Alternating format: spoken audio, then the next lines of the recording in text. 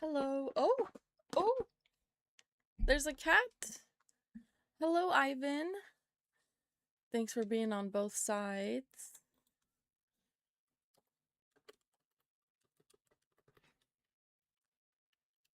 How are you? How are you doing?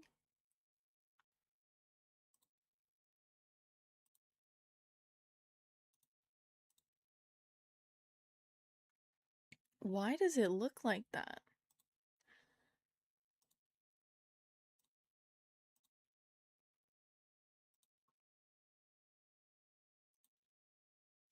Um.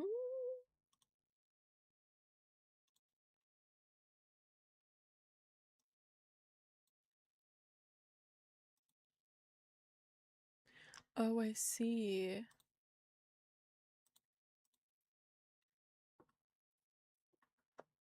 I see my mistake.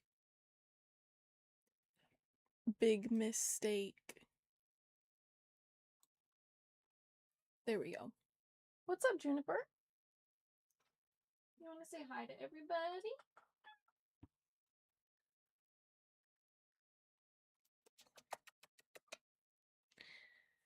I think she senses that I'm leaving tomorrow.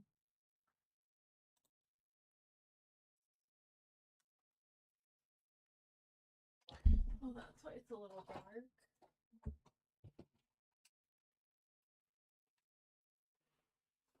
It's a little better.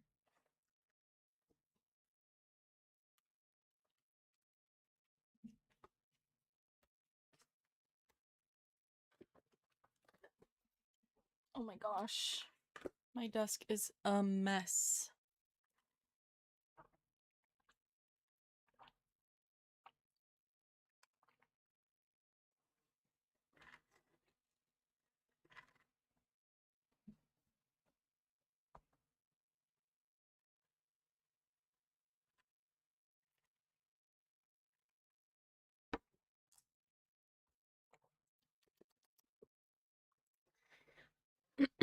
I printed out this like scheduling stuff.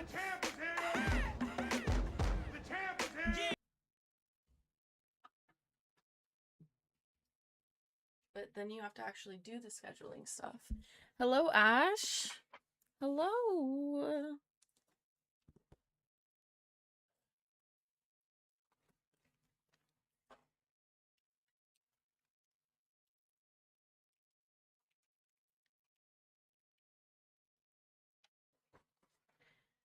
What's up? Oh, I need to turn on our lovely soundscape. I'm doing good. I have a box for your bag. Can you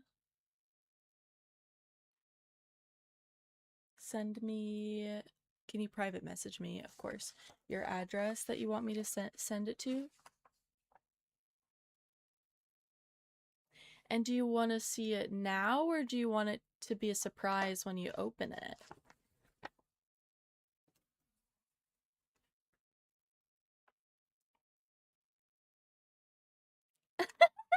Okay.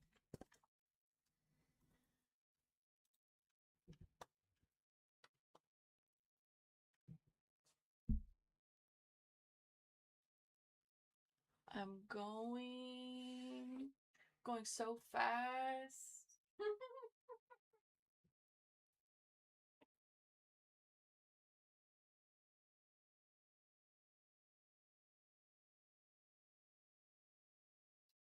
La la la la la. Oh, look at me. I'm just walking down the street with this nice Pokemon bag.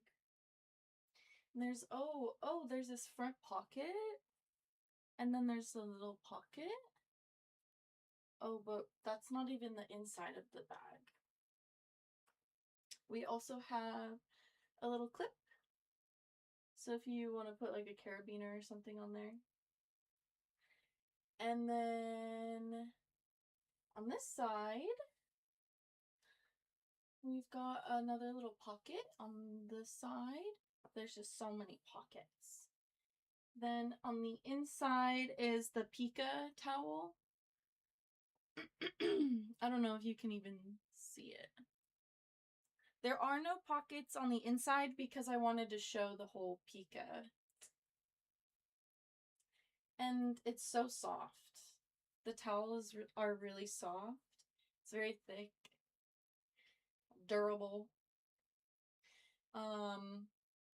There's Gengar. And then the rest are Pokeballs, I think. Oh, there's Eevee's tail. But yeah. Ooh.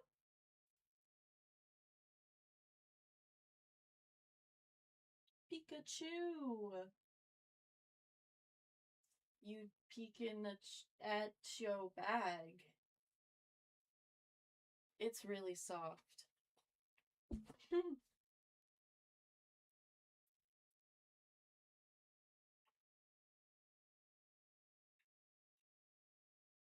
Yes, of course. I was hoping I could get 2 bags out of it, but I honestly didn't have much left. Kitty! Hello, kitty.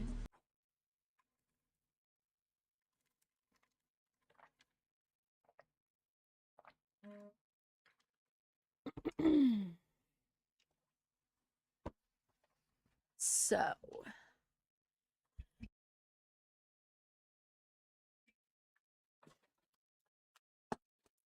I need to finish my nails before tomorrow. This is what I've gone with it'll focus. Focus on my hand.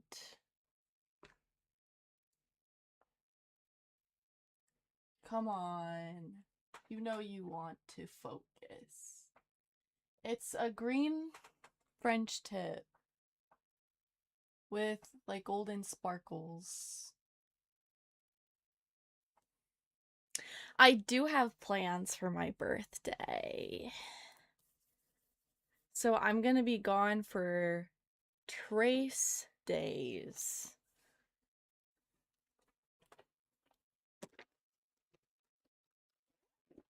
I don't know if I want to share yet.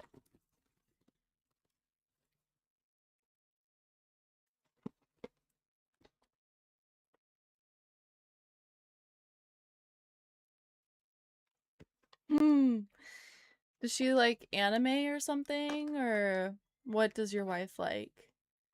3-day camping? No. 3 days, that's like 2 weeks. I know. It's awesome. Gonna be gone for 3 days. I'm so sorry. Not awesome for y'all, because I'm not gonna be live, but oh no. She doesn't like anime like you.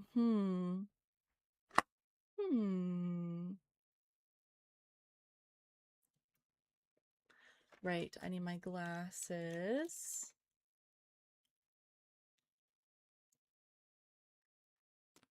Oh. See, I like thrift everything, so I'm just like, it's like luck of the draw if I get anything that I want. There's nothing else in here that I need. We're gonna starve! I'll post pictures and stuff. This is my first time going on a trip since starting being a streamer. What are y'all gonna do without me? My hordes and hordes of followers.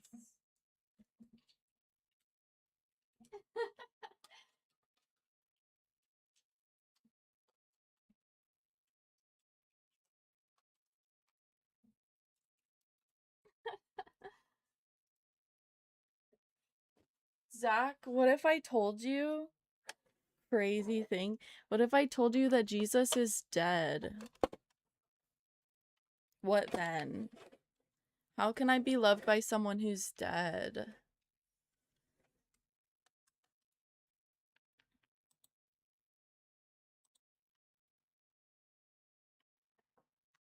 When do you leave? Tomorrow. Ooh, Marvin the Martian? I feel like you should be able to find stuff with that. I leave tomorrow. I have a doctor's appointment tomorrow and then leaving right after that.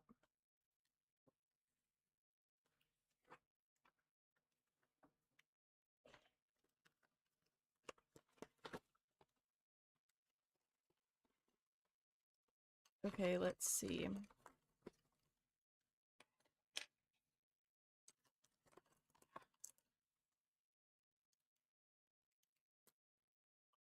That's what I want to use for the stars.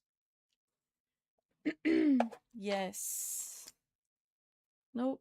Wait.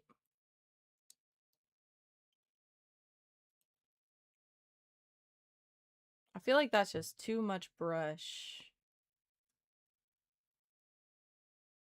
Yeah, I don't want to work with that. I'm a beginner at this brush stuff. Oh, that is really unfortunate. You've been sick all summer.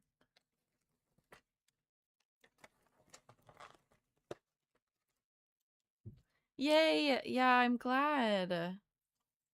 I'm glad you're here. I'm glad I got to show you your bag and that you like it.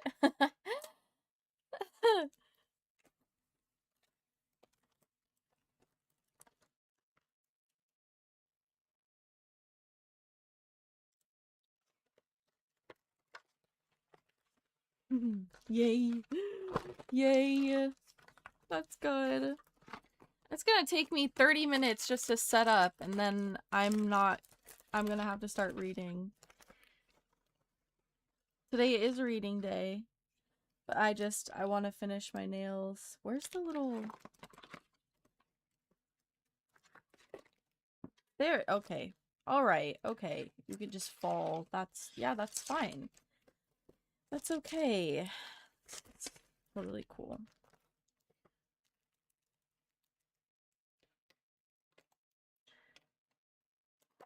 Okay, so this is something that the brushes came with. I don't even know what they are.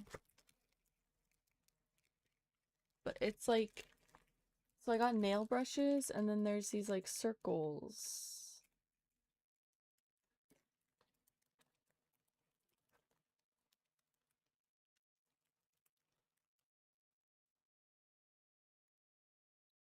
Wait. Is this?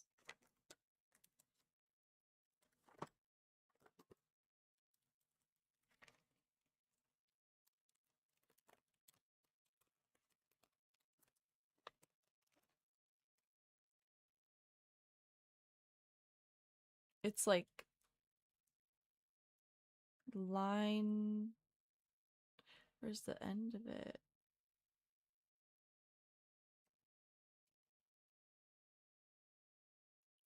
I'm too blind for this.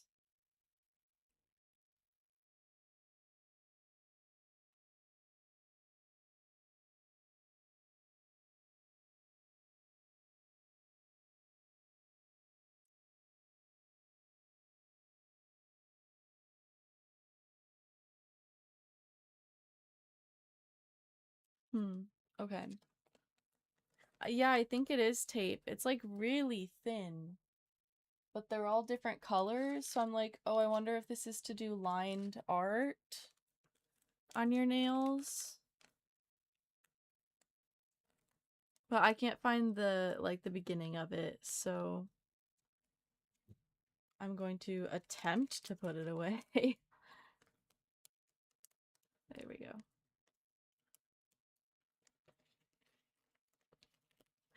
Hello, Jeremy. I need to catch up on your cat videos. How's it going? I've been actually like so productive with my time. It's very nice. No, I haven't looked yet.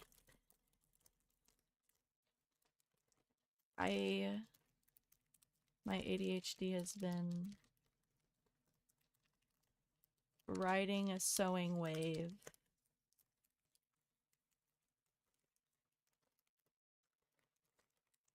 I was sewing so much yesterday. I got my MRIs yesterday. Wasn't scary.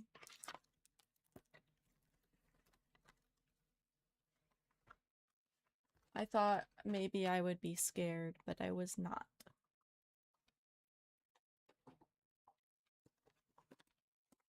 Oh my gosh.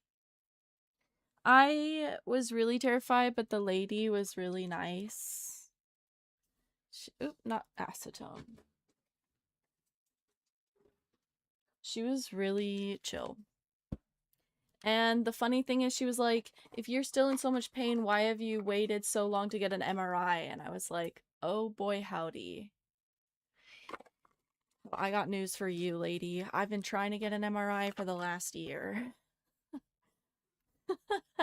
Ask my doctor.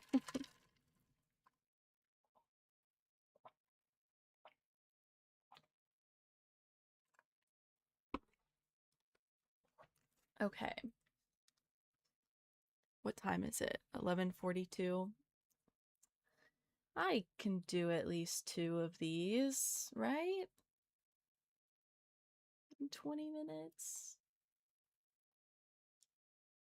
Yeah, I also don't like medical things. Not my style.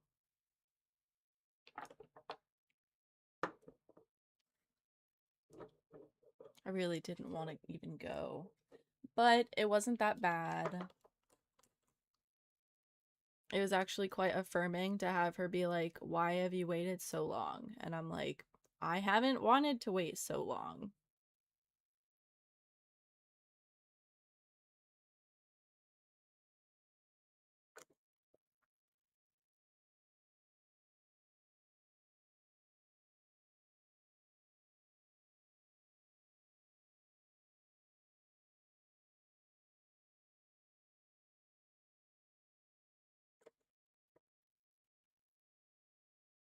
You met someone. Oh my gosh. Oh. Well, I'm sorry about the breakup, but I'm happy that you found someone new. You moved on quick. I'm glad that she's incredible, though. Where's Latvia? Educate me, please.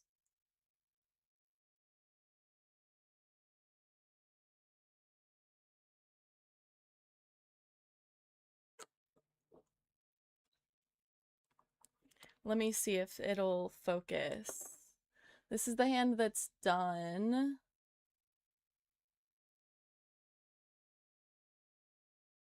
Focus on my hand, camera.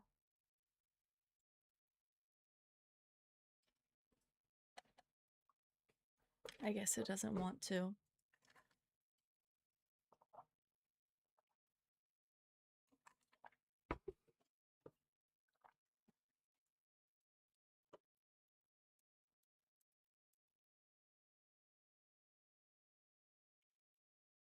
That's fair. I mean, her wreck was really bad. That's scary, though.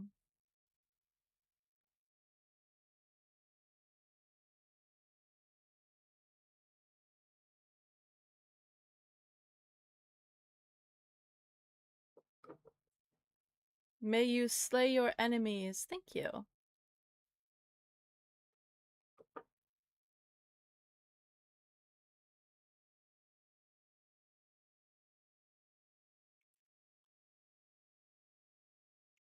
What if you become my enemy?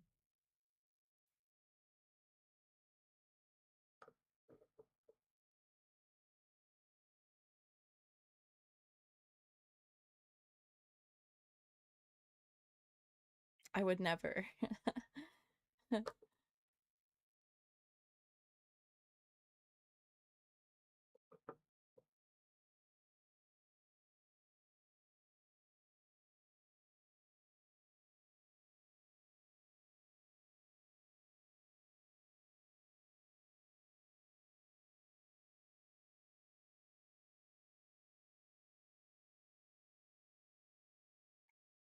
Finally, yeah.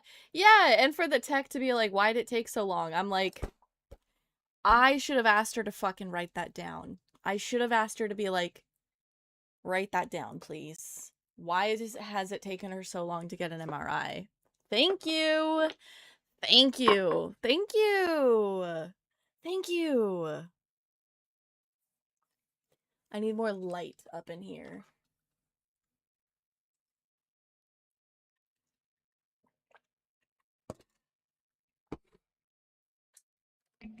Oh man.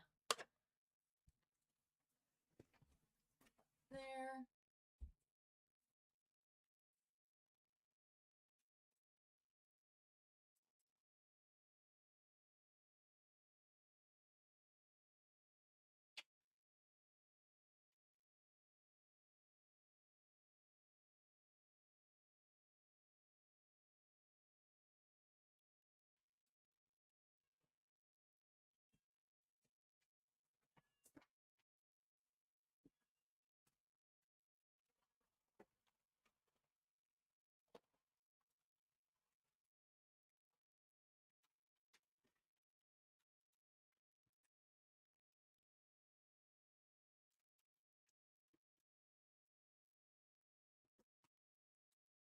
Okay.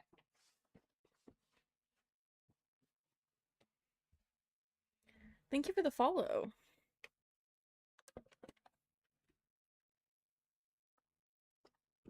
I really really should have asked her to write that down.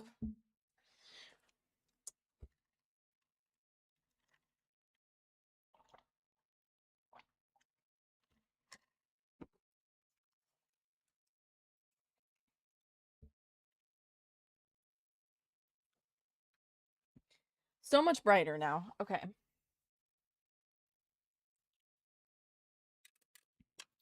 Right.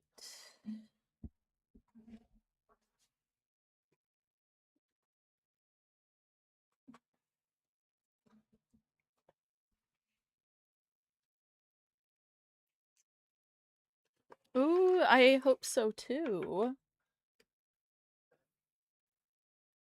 I hope they do.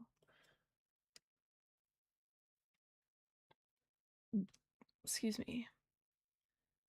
Oh my gosh, I only have 10 minutes.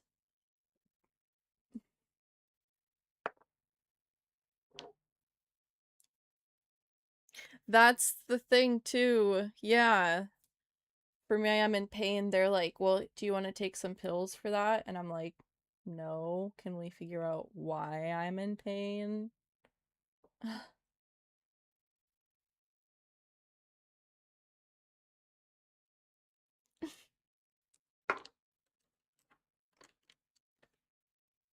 Like, that would be nice to figure that out instead.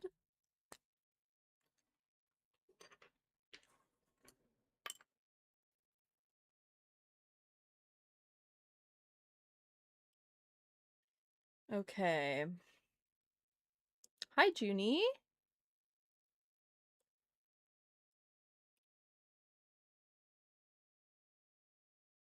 That's a shame.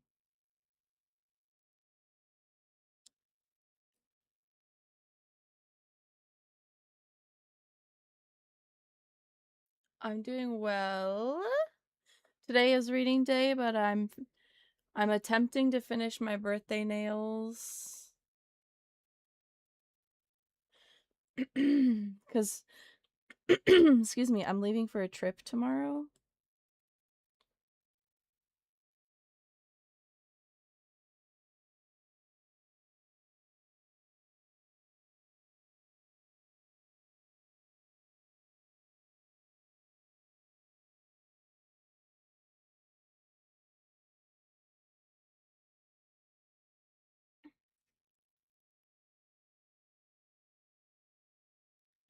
Okay.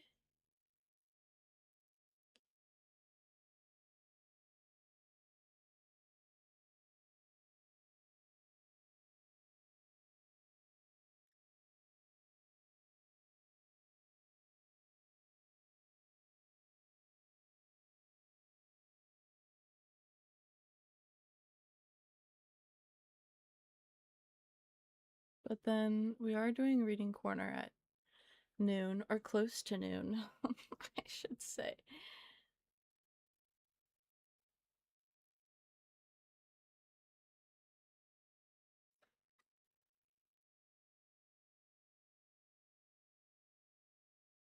Oh my gosh, cat hair.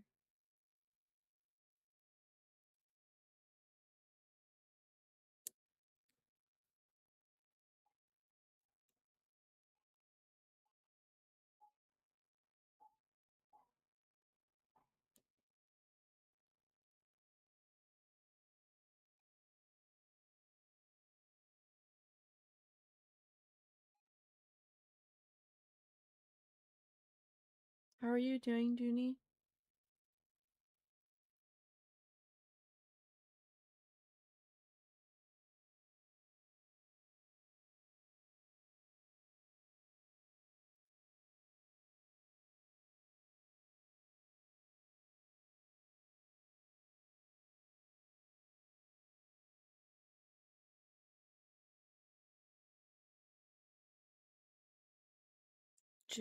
Trip sounds fun. Yes. Yeah.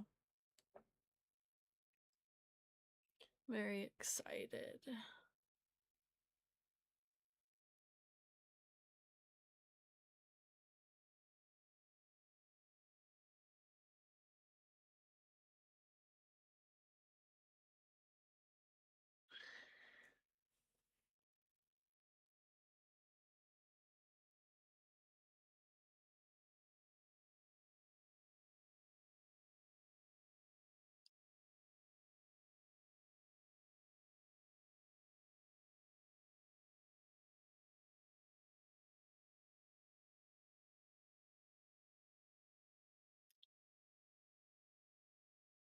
Where's the hair?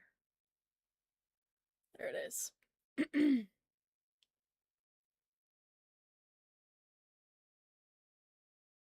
What time is it? 53? Damn, did that seriously only take me a minute to do that? These brushes are upping my game.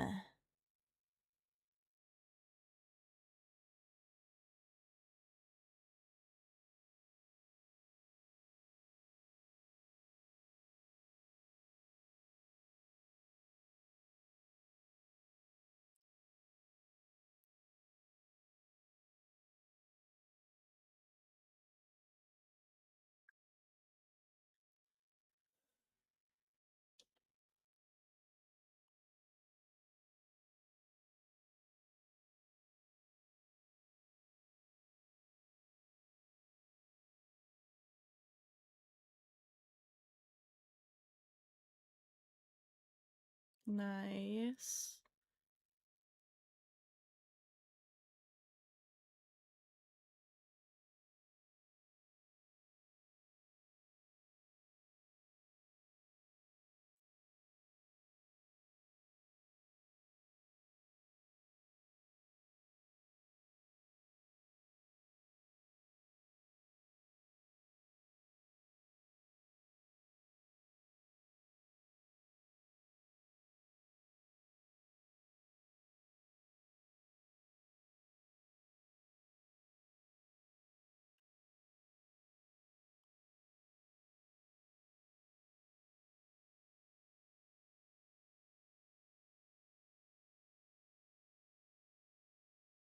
What else is new?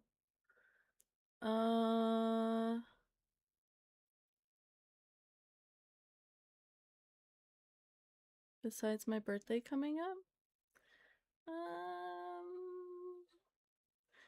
And that I want to share.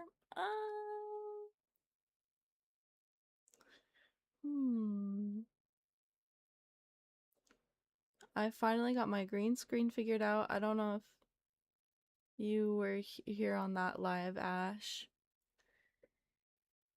So I took some pictures like of your bag and some videos. So things will look a bit better soon. No, you didn't see it. Oh, oh, it's lunchtime. Uh-oh.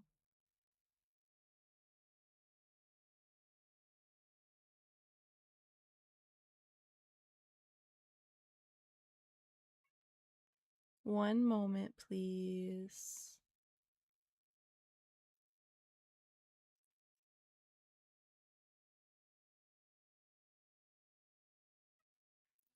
One moment. I'm sorry.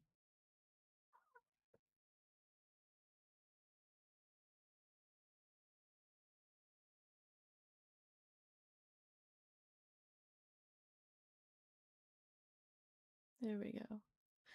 Okay.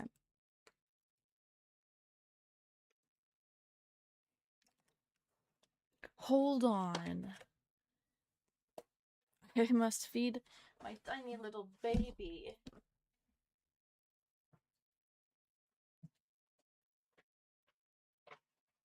Go to your spot.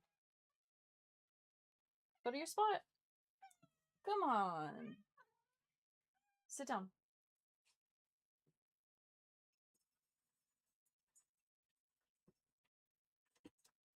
Oh.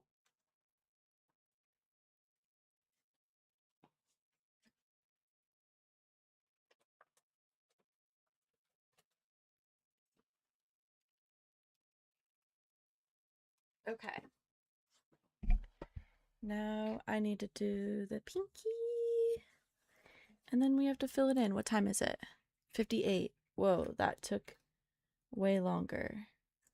But I guess that makes sense. The diagonal lines are a little bit harder to do.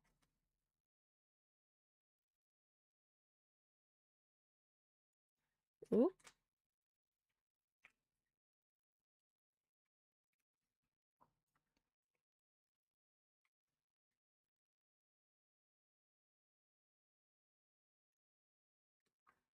I'm right-handed, and I'm doing this with my left hand right now.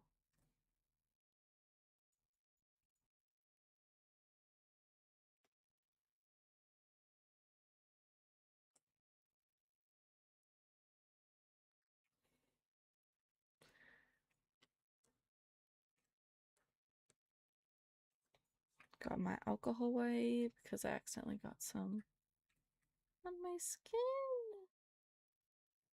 Okay. Now we've got to fill in the green.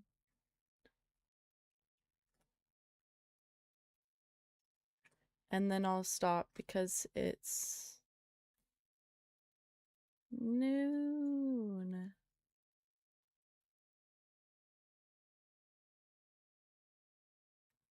Surprised at how much I got done, actually.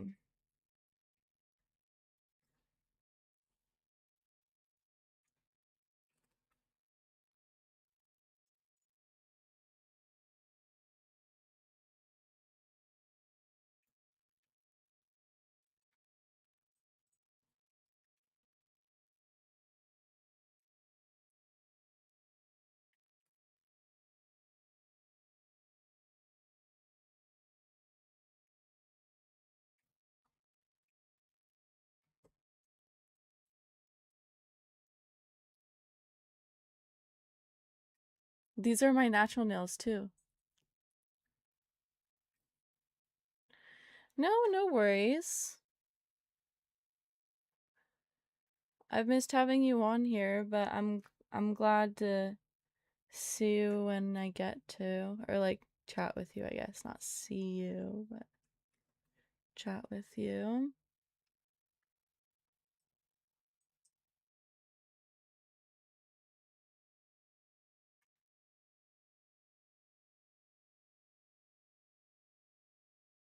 Thank you. I don't do much, so there's not much to mess with them.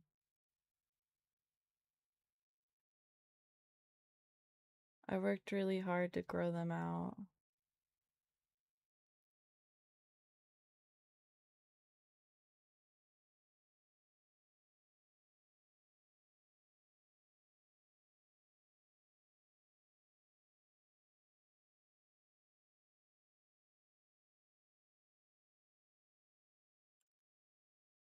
Oh, I'm sorry you missed them.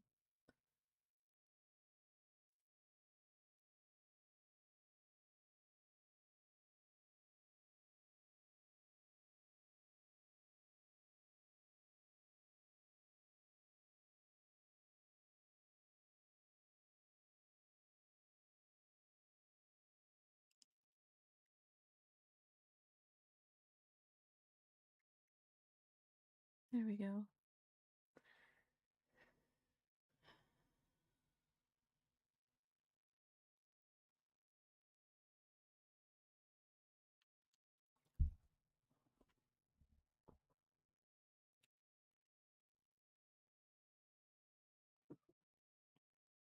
Okay.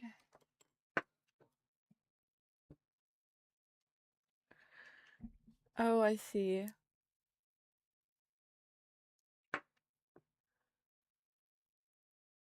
Let's see if I can speed this up a little bit.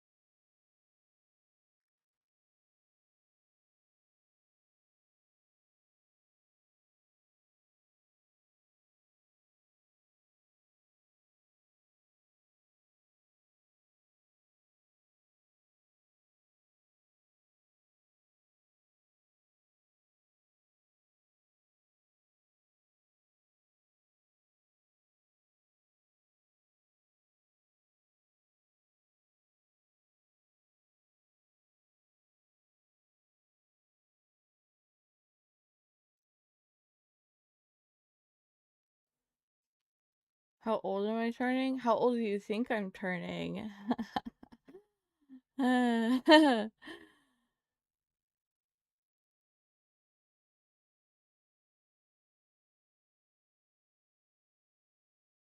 Dangerous question to ask.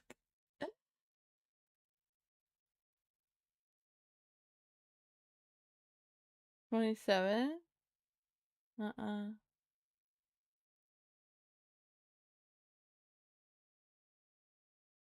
22? No. No. Jennifer, you are the closest.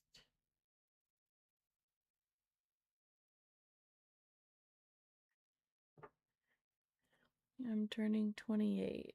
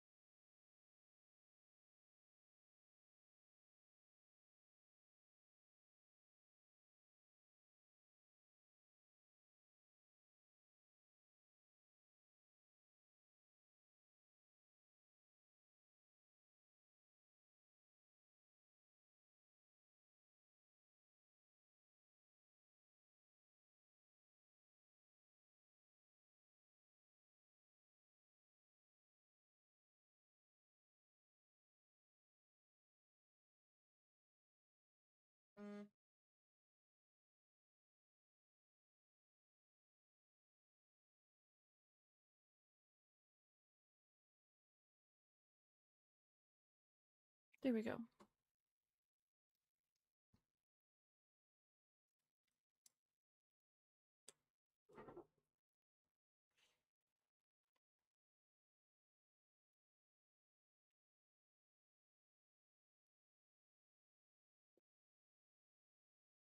I am turning 28.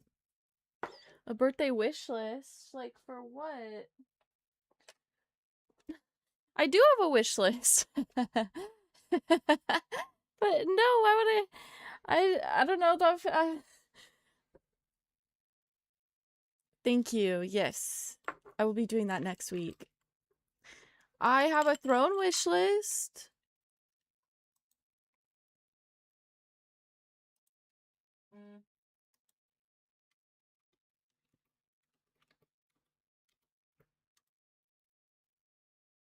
Oops, I did it wrong.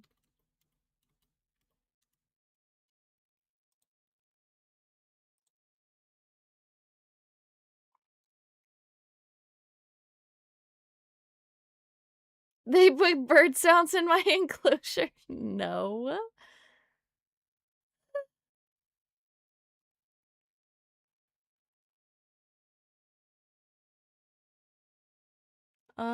Yeah, there's stuff on there.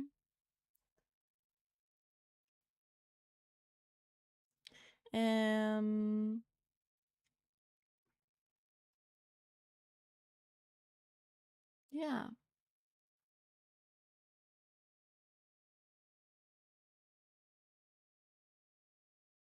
The nail drill would be nice. I bought a whole bunch of new nail stuff, but not a nail drill. Because I'm like, I got a Dremel. It works. It works.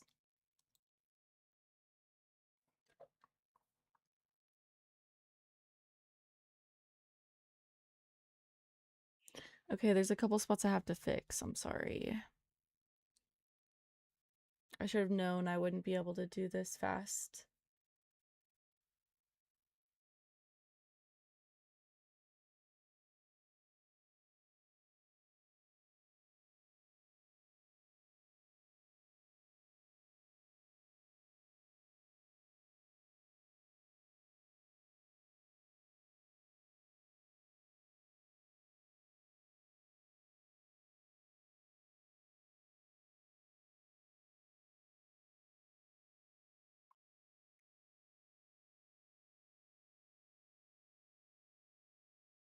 There we go.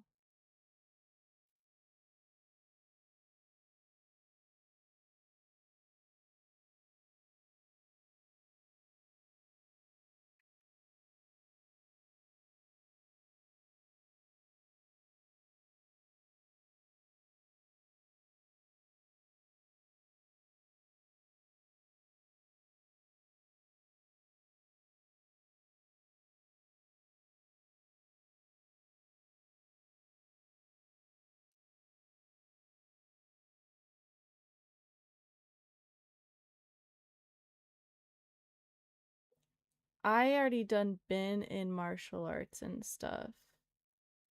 This tough little cookie's got a lot of rage inside her and would like to take it out on Bob. Because she can't take it out on humans.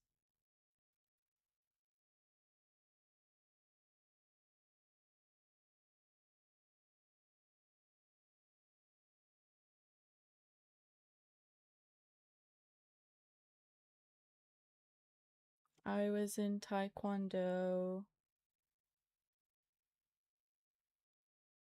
for 6 years.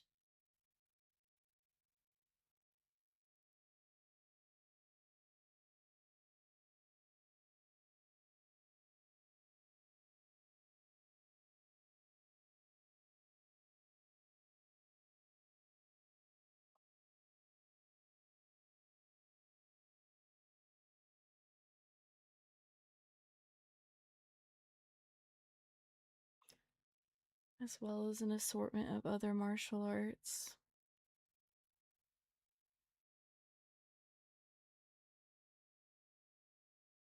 Okay, that one's good.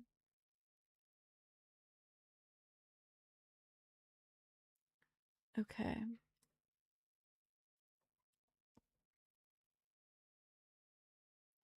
Jiu-jitsu?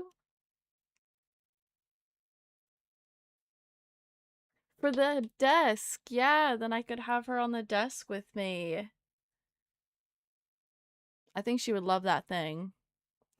Cause she's in her basket right now, and that's literally one of my emotes is her in her basket.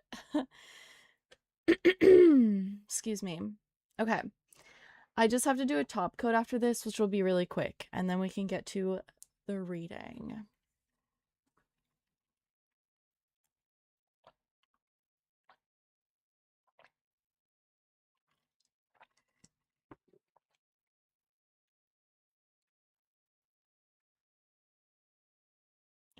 Oh my gosh, Ash, thank you.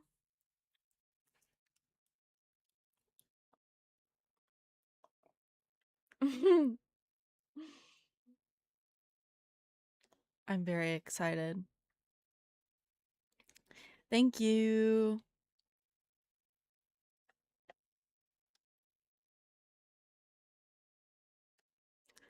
I'll say a hint. It involves water, like a lot of water.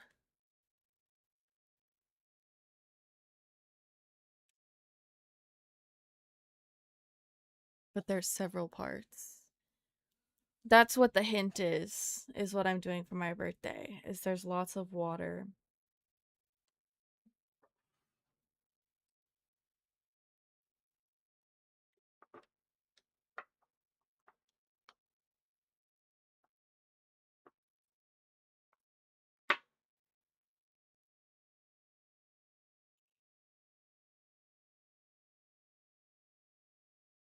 All right, let's top coat these bad boys. Not a water park. Nope.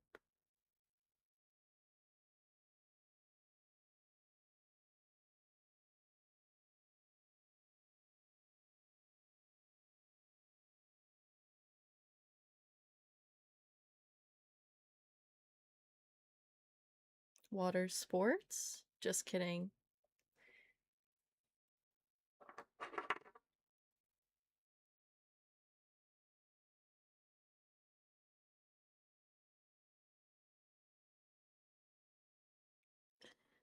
Okay, there's one nailed down.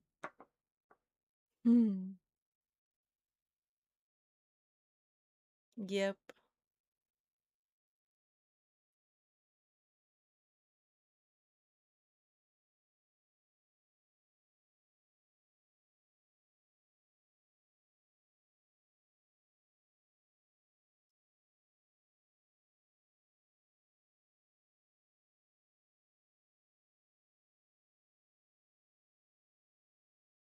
Oh man.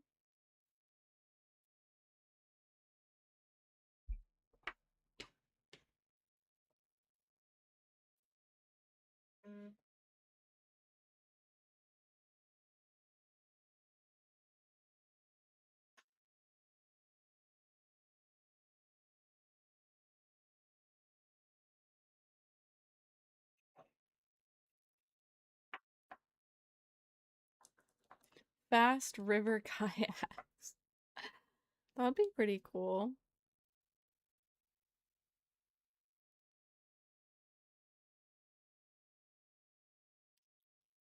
I think my top coat is running out. I'm gotta like swirl it around.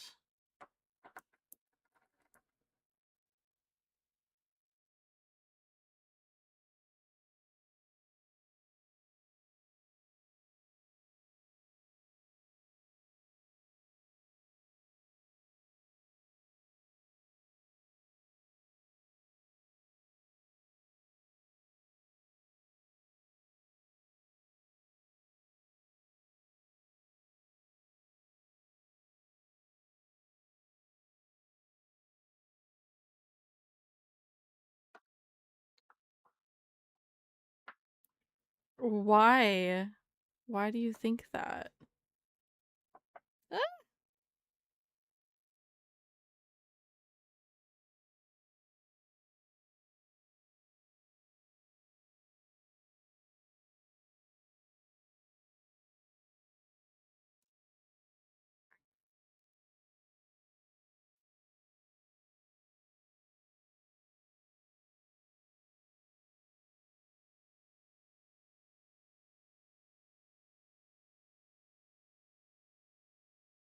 Okay.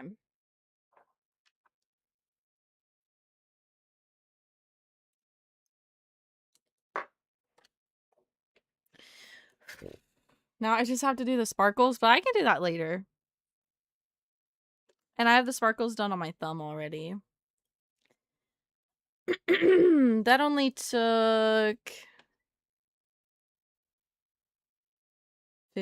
25 minutes. Whoops.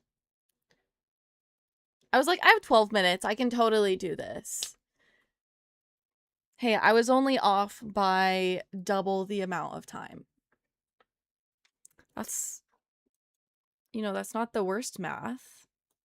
I could have been off by triple the time. Or even quadruple. But I wasn't.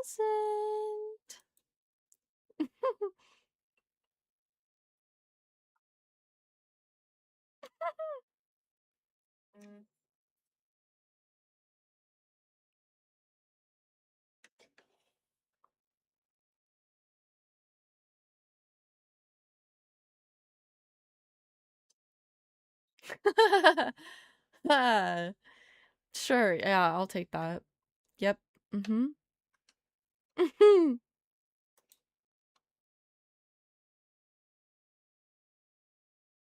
Okay. I need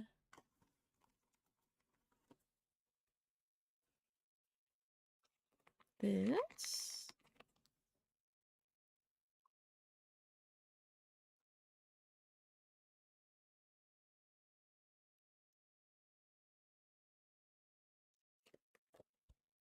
We'll do one more.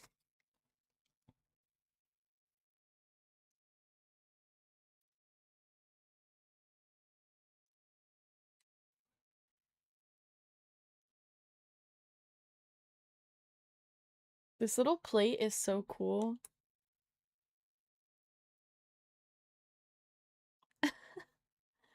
Hello, zombie. I saw you posted a video of you skating. I've been doing well. How are you? You made it in time for the last stream I'm gonna do before my birthday. I'm gonna keep talking about it, because why not?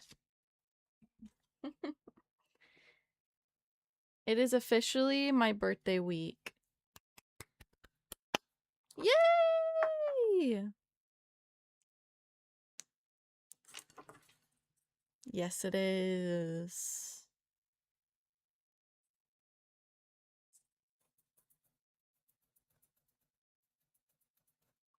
I got gel polish on my finger, so I'm just gonna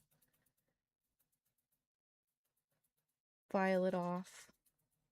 I'm turning 28.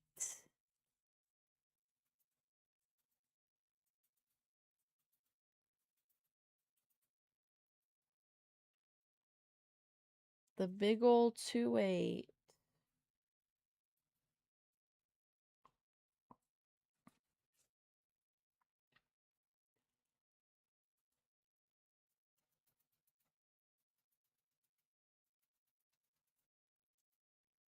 There we go. Jeez.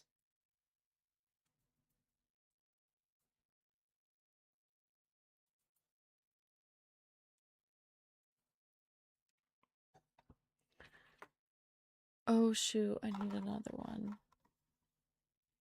37 in March? That's not that bad. You don't look 37. You don't look 36 either. Thank you, zombie.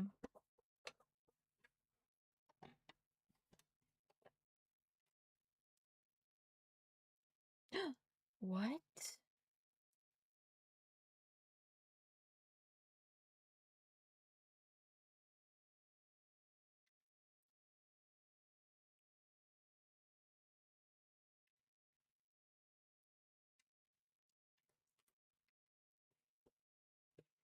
In June? Yeah! I remember. Happy late birthday. I feel like a lot of humans are like aging, ew, ugh, gross. But it's like, I don't know, it's an inevitable part of life. You just gotta age like wine. I felt like such a white lady saying that. Gotta age like a fine wine.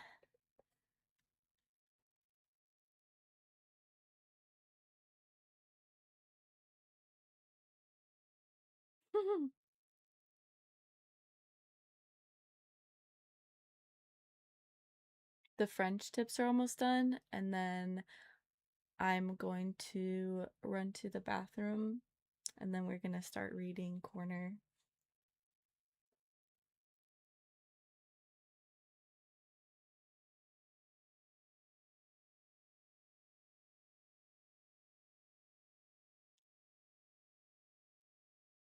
Yay!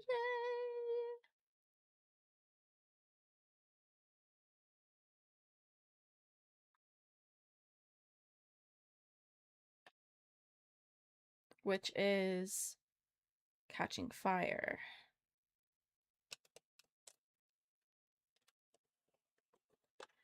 I think I said we were gonna read 3 chapters today.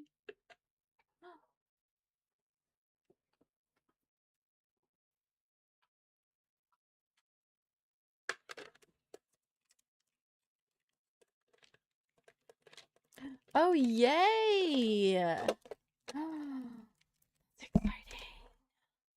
Oh my gosh. Oh my gosh.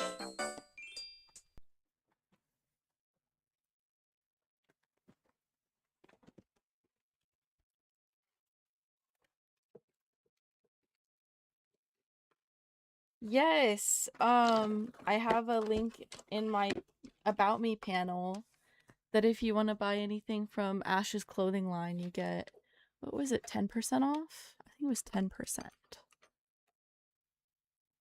And they're so soft.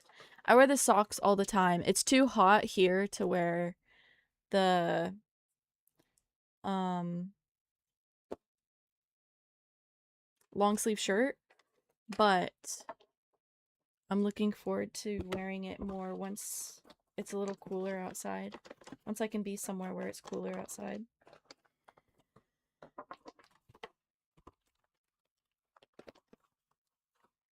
Put those away. Nice.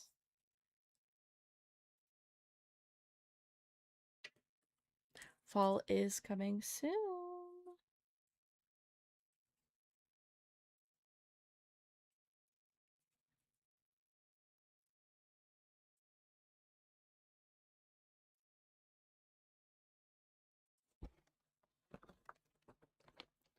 Okay, we're gonna leave those out. Wait, I don't need the green anymore. I do need the gold. I don't need that. I don't need that.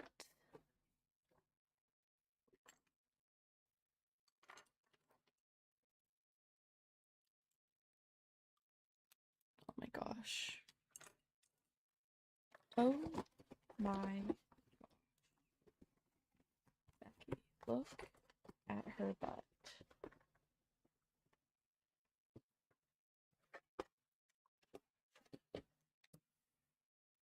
I'll have to pull them out later, but that's fine.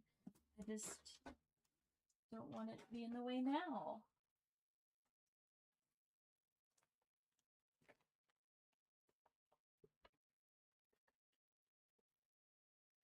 All right.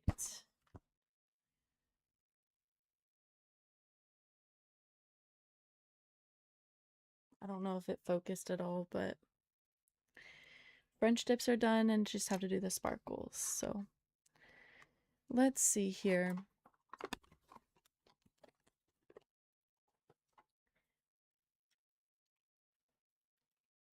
I need to take a quick bathroom break. And then we're gonna do reading corner. Yes, I love doing my nails. Oh, hi, Eamon. Nails on fleek.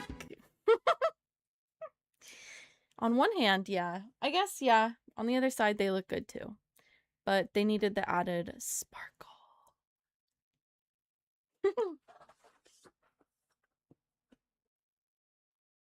Super. Okay, I will be right back. And then we're gonna do reading corner.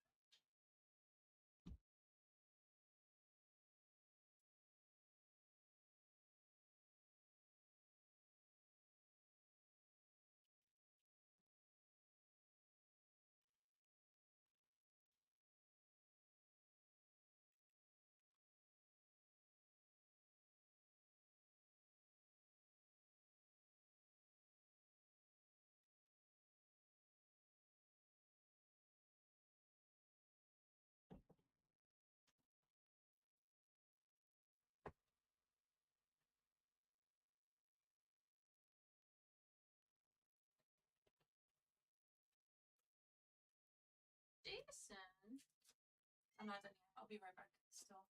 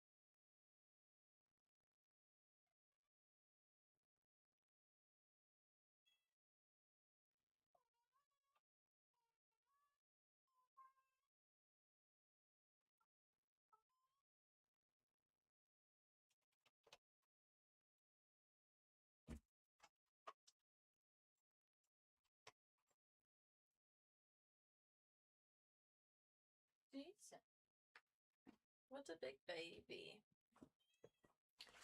Big baby. All right.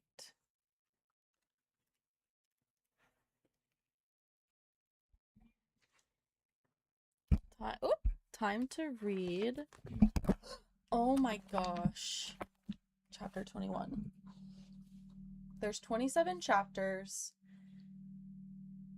So that means we have 7 chapters left.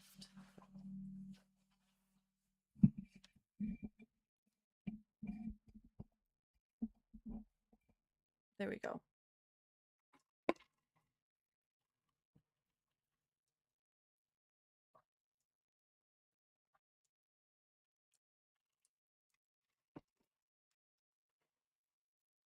So we need to read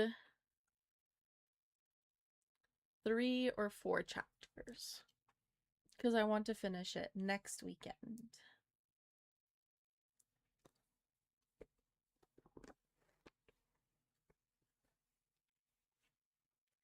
So let's go over what happened last week.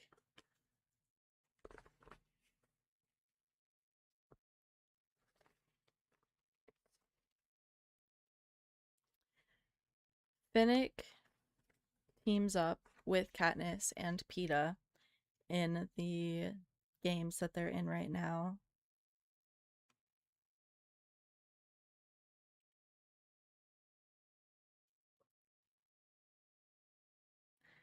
And they hear like a gong noise and then lightning starts. And people are probably trying to get water from this source. But that's not where they are. They're in a completely different section.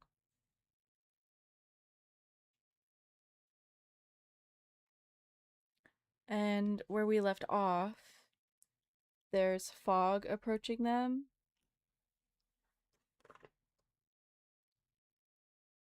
And Katniss is like, this seems real sketchy.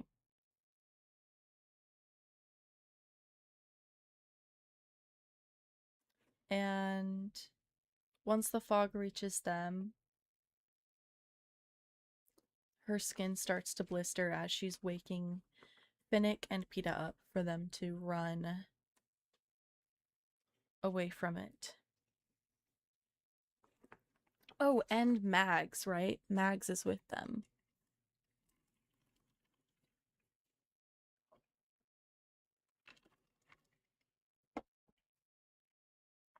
The older lady. Okay. So the last couple sentences from the last chapter. A sickeningly sweet odor begins to invade my nostrils, and I reach for the others, shouting for them to wake up. In the few seconds it takes to rouse them, I begin to blister.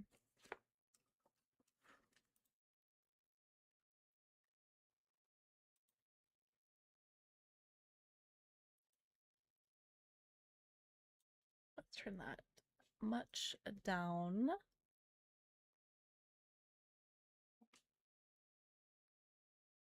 All right. Chapter 21. Tiny, searing stabs. Wherever the droplets of mist touch my skin. Run! I scream at the others. Run! Finnick snaps awake instantly, rising to counter an enemy, but when he sees the wall of fog, he tosses a still sleeping Mags on his back and takes off. Peeta is on his feet, but not as alert.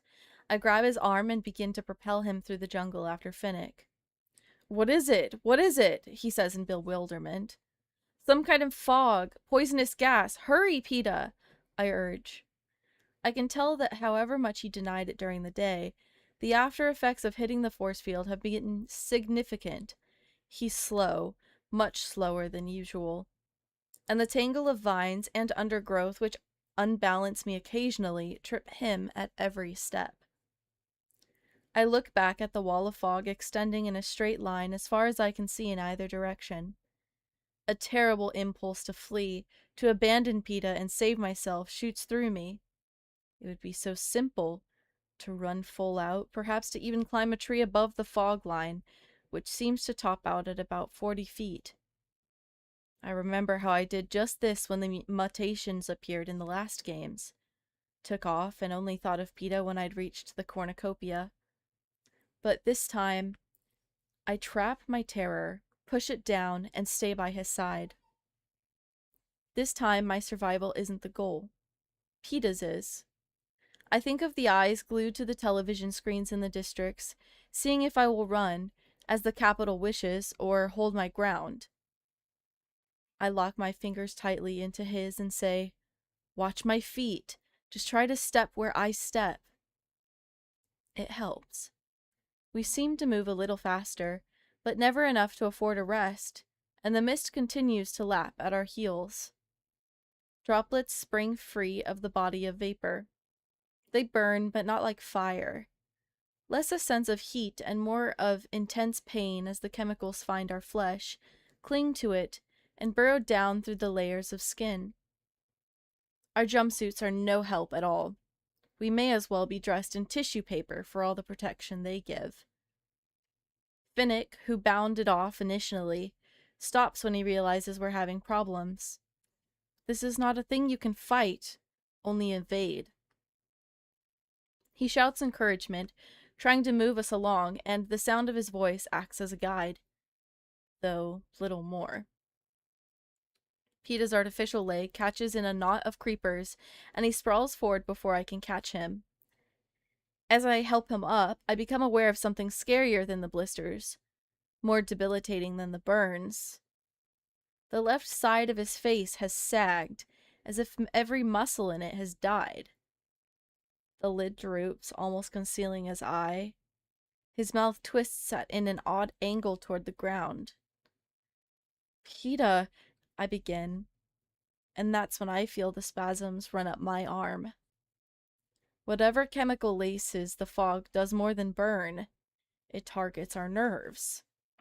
A whole new kind of fear shoots through me, and I yank Peeta forward, which only causes him to stumble again. By the time I get him to his feet, both of my arms are twitching uncontrollably. The fog has moved in on us, the body of it less than a yard away. Something is wrong with Peeta's legs.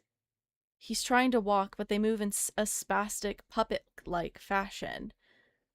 I feel him lurch forward and realize Finnick has come back for us and is hauling Peeta along. I wedge my shoulder, which still seems under my control, under Peeta's arm. Oh! Thank you for the lurk, Jay.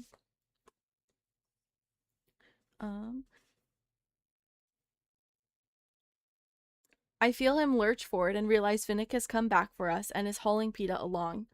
I wedge my shoulder, which still seems under my control, under Peeta's arm, and do my best to keep up with Finnick's rapid pace. We put about 10 yards between us and the fog when Finnick stops. "It's no good. I'll have to carry him. Can you take Mags?" he asks me.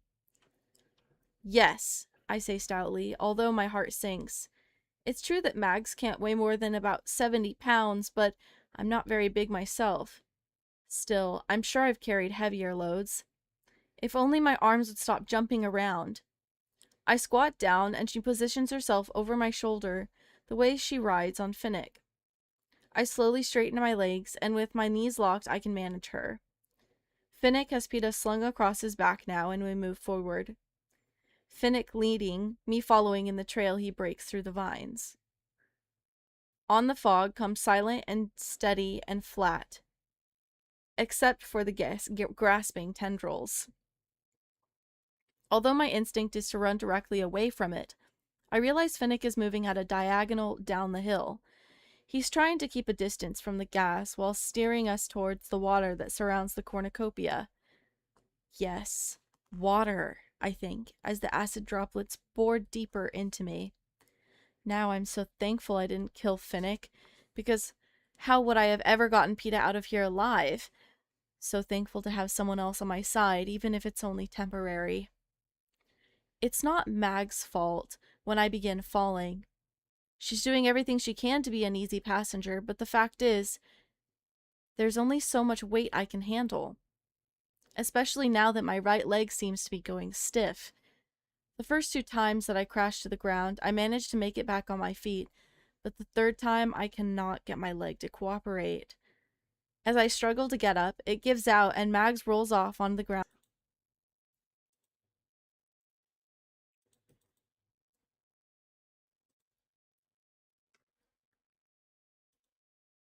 One moment.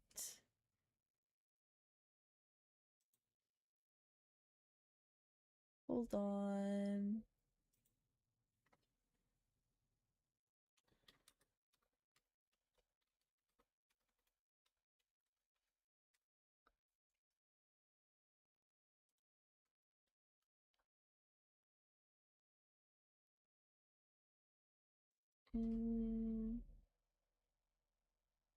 There we go.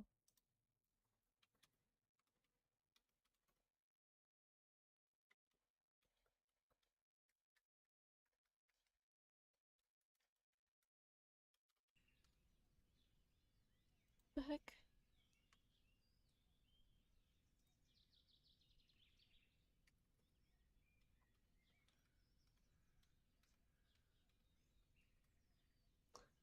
Okay.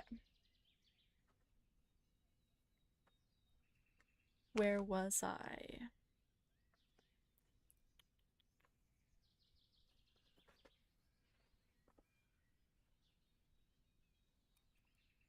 Okay.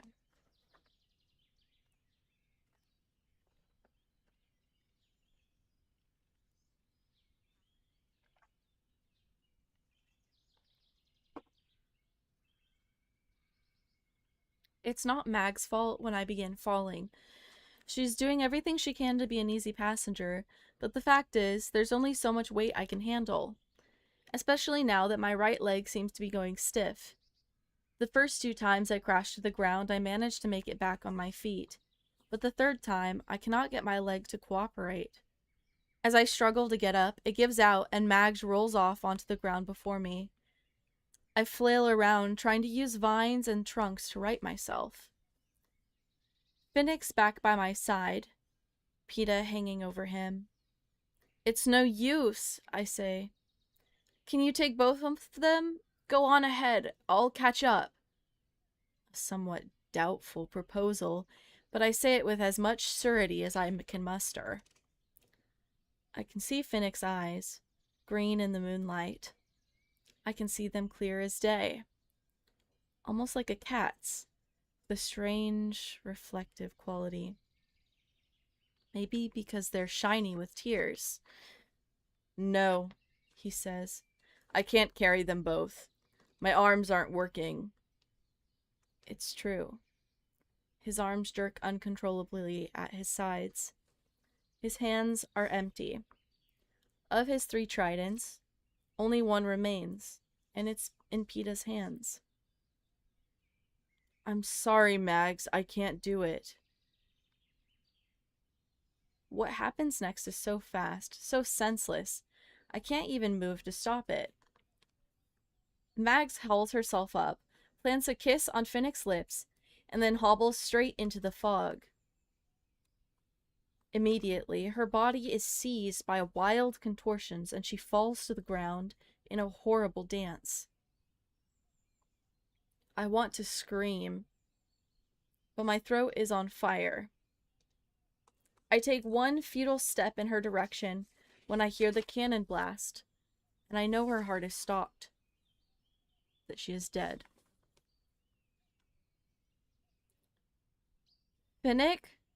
I call out hoarsely, but he has already turned from the scene, already continued his retreat from the fog. Dragging my useless leg behind me, I stagger after him, having no idea what else to do. Time and space lose meaning as the fog seems to invade my brain, muddling my thoughts, making everything unreal. Some deep-rooted animal desire for survival keeps me stumbling after Fennec and PETA, continuing to move, although I'm probably dead already. Parts of me are dead, are clearly dying, and Mags is dead. This is something I know, or maybe just think I know, because it makes no sense at all. Moonlight glinting on Finnick's bronze hair, beads of searing pain peppering me, a leg turned to wood. I follow Finnick until he collapses on the ground, Peeta still on top of him. I seem to have no ability to stop my own forward motion and simply propel myself onward until I trip over their prone bodies, just one more on the heap. This is where and how and when we all die, I think. But the thought is abstract and far less alarming than the current agonies of my body. I hear Finnick groan and manage to drag myself off the others. Now I can see the wall of fog, which has taken on a pearly white quality. Maybe it's my eyes playing tricks, or the moonlight, but the fog seems to be transforming. Yes, it's becoming thicker, as if it has pressed up against a glass window and is being forced to condense. I squint harder and realize the fingers no longer protrude from it. In fact, it has stopped moving forward entirely. Like other horrors I've witnessed in the arena, it has reached the end of its territory. Either that, or the game makers have decided not to kill us just yet. It stopped, I try to say, but only an awful croaking sound comes from my swollen mouth. It stopped, I say again, and this time I must be clearer because both Peeta and Finnick turn their heads to the fog. It begins to rise upward now, as if being slowly vacuumed into the sky. We watch until it has all been sucked away and not the slightest wisp remains. Peeta rolls off Finnick, who turns over onto his back. We lie there gasping, twitching, our minds and bodies invaded by the poison. After a few minutes pass, Peeta vaguely gestures upwards. Monkeys. I look up and spot a pair of what I guess are monkeys. I've never seen a live monkey. There's nothing like that in our woods at home. But I must have seen a picture, or one in the games, because when I see the creatures, the same word comes to mind. I think these things have orange fur, although it's hard to tell, and are about half the size of a full-grown human. I take the monkeys for a good sign. Surely they would not hang around if the air was deadly. For a while, we quietly observe one another, humans and monkeys. Then Peeta struggles to his knees and crawls down the slope. We all crawl, since walking now seems as remarkable as a feat as flying.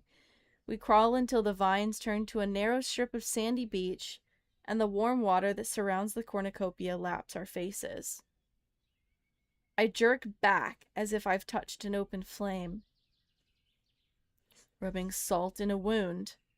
For the first time, I truly appreciate the expression, because the salt in the water makes the pain of my wound so blinding I nearly black out. But there's another sensation of drawing out. I experiment by gingerly placing only my hand in the water. Torturous, yes, but then less so. And through the blue layer of water, I see a milky substance leaching out of the wounds on my skin. As the whiteness diminishes, so does the pain. I unbuckle my belt and strip off my jumpsuit, which is little more than a perforated rag. My shoes and undergarments are inexplicably unaffected. Little by little, one small portion of a limb at a time, I soak the poison out of my wounds. Peeta seems to be doing the same, but Finnick backed away from the water at first touch and lies face downward on the sand, either unwilling or unable to purge himself. Finally, when I have survived the worst, opening my eyes underwater, sniffing water into my sinuses and snorting it out, and even gargling repeatedly to wash out my throat, I'm functional enough to help Finnick. Some feeling has returned to my leg, but my arms are still riddled with spasms. I can't drag Finnick into the water, and possibly the pain would kill him anyway. So I scoop up shaky handfuls and empty them onto his fists. Since he's not underwater, the poison comes out of his wounds just as it went in wisps of fog that I take great care to steer clear of. Peeta recovers enough to help me. He cuts away Finnick's jumpsuit. Somewhere he finds 2 shells that work much better than our hands do. We concentrate on soaking Finnick's arms first, since they have been so badly damaged. And even though a lot of white stuff pours out of them, he doesn't notice. He just lies there, eyes shut, giving it an occasional groan. I look around with growing awareness of how dangerous a position we're in. It's night, yes, but this moon gives off too much light for concealment. We're lucky no one's attacked us yet. We could see them coming from the cornucopia, but if all 4 careers attacked, they'd overpower us. If they didn't spot us at first, Finnick's moans would give us away soon. We've got to get more of him into the water, I whisper. But we can't put him face first. Not while he's in his condition. Peeta nods to Finnick's feet. We each take 1 to drag him into the salt water. Just a few inches at a time. His ankles. We wait a minute. Up to his calves. Wait. His knees. Clouds of white swirl out from his flesh, and he groans. We continue to detoxify him, bit by bit. What I find is that the longer I sit in the water, the better I feel. Not just my skin, but my brain and muscle control continue to improve. I can see Peeta's face beginning to return to normal, his eyelid opening, the grimace leaving his mouth. Finnick slowly begins to revive. His eyes open, focus on us, and register awareness that he's being helped. I rest his head on my lap, and we let him soak about 10 minutes with everything immersed from the neck down. Peeta and I exchange a smile as Finnick lifts his arms above the seawater. There's just your head left, Finnick. That's the worst part. But you'll feel much better after, if you can bear it, Peeta says. We help him to sit up and let him grip our hands as he purges his eyes and nose and mouth. His throat is still too raw to speak. I'm going to try to tap a tree, I say. My fingers fumble at my belt and find the spile still hanging from its vine.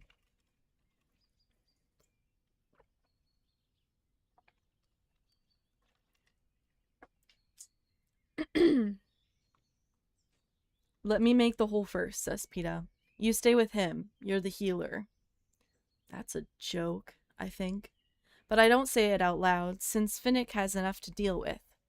He's got the worst of the fog, although I'm not sure why.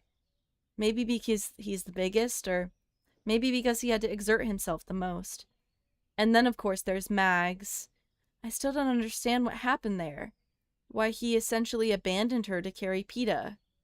Why she not only didn't question it, but ran straight to her death without a moment's hesitation. Was it because she's so old that her days were numbered anyway? Did they think that Finnick would stand a better chance of winning if he had Peeta and me as allies? The haggard look on Finnick's face tells me now that is not the moment to ask. Instead, I try to put myself back together. I rescue my Mockingjay pin from my ruined jumpsuit and pin it to the strap of my undershirt. The flotation belt must be acid resistant since it looks as good as new. I can swim, so the flotation belt's not really necessary, but Brutus blocked my arrow with his, so I buckle it back on, thinking it might offer some protection. I undo my hair and comb it with my fingers, thinning it out considerably since the fog droplets damaged it. Then I braid back what's left of it. PETA has found a good tree about 10 yards from the narrow strip of beach. We can hardly see him, but the sound of his knife against the wooden trunk is crystal clear.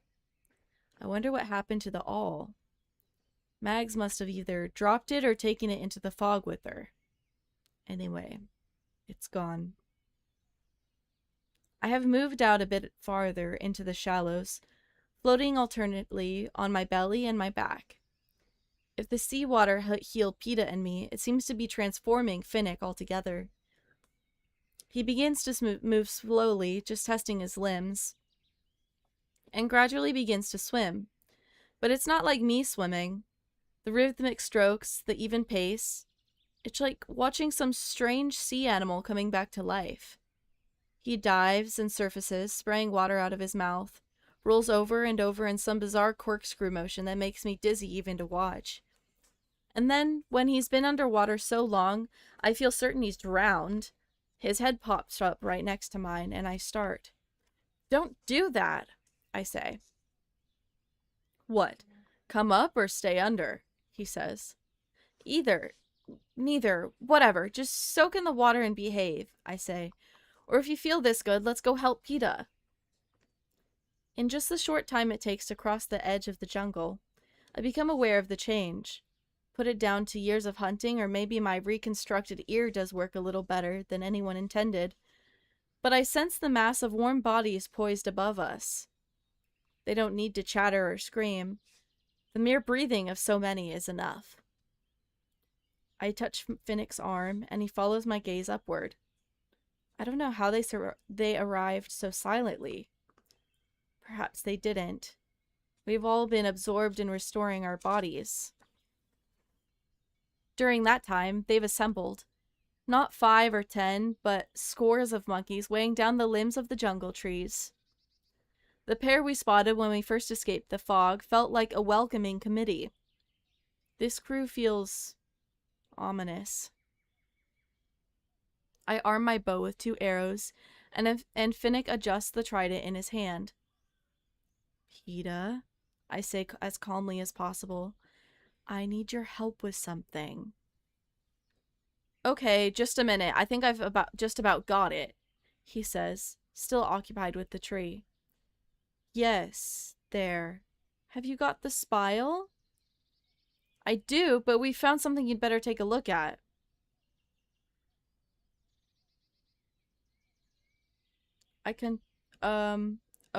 That's what she says. "We found something you better take a look at," I continue in a measured voice. "Only move toward us quietly so you don't startle it." For some reason, I don't want him to notice the monkeys or even glance their way. There are creatures that interpret mere eye contact as aggression. PETA turns to us, panting from his work on the tree. The tone of my request is so odd that it's alerted him to some irregularity. "Okay," he says casually. He begins to move through the jungle, and although I know he's trying hard to be quiet, this has never been his strong suit, even when he had 2 sound legs. But it's all right. He's moving. The monkeys are holding their positions. He's just 5 yards from the beach when he senses them. His eyes only dart up for a second, but it's as if he's triggered a bomb. The monkeys explode into a shrieking mass of orange fur and converge on him. I've never seen any animal move so fast. They slide down the vines as if the things were greased, leap impossible distances from tree to tree, fangs bared, hackles raised, claws shooting out like switchblades. I may be unfamiliar with monkeys, but animals in nature don't act like this. "Mutts," I spit out as Finnick and I crash into the greenery. I know every arrow must count, and they do. In the eerie light, I bring down monkey after monkey, targeting eyes and hearts and throats so that each hit means a death. But still, it wouldn't be enough without Finnick spearing the beasts like fish and flinging them aside. PETA slashing away with his knife. I feel claws on my leg, down my back, before someone takes out the attacker. The air grows heavy with trampled plants, the scent of blood, and the musty stink of the monkeys. PETA and Finnick and I position ourselves in a triangle a few yards apart, our backs to one another. My heart sinks as my fingers draw back my last arrow. then I remember PETA has a sheath too. And he's not shooting. He's hacking away with that knife. My own knife is out now, but the monkeys are quicker. Can spring in and out so fast you can barely react. PETA! I shout. Your arrows! PETA turns to see my predicament and is sliding off his sheath when it happens. A monkey lunges out of a tree for his chest. I have no arrow. No way to shoot, and I can hear the thud of Finnick's trident finding another mark and know his weapon is occupied. PETA's knife arm is disabled as he tries to remove the sheath. I throw my knife at the oncoming mutt, but the creature somersaults, evading the blade, and stays on its trajectory. Weaponless, defenseless, I do the only thing I can think of. I run for PETA, to knock him to the ground, to protect his body with mine, even though I know I won't make it in time. She does, though, materializing, it seems, from thin air. One moment, nowhere, the next, reeling in front of PETA, already bloody, mouth open, in a high-pitched scream, pupils enlarged so her eyes seem like black holes. The insane morphling from District 6 throws up her skeletal arms as if to embrace the monkey, and it sinks its fangs into her chest. End of chapter 21. And we're going to read 2 more chapters.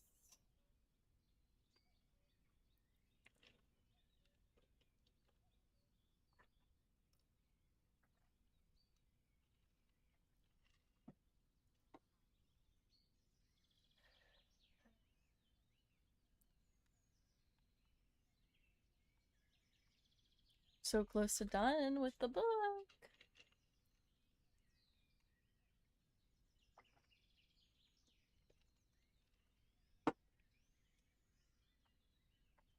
All right.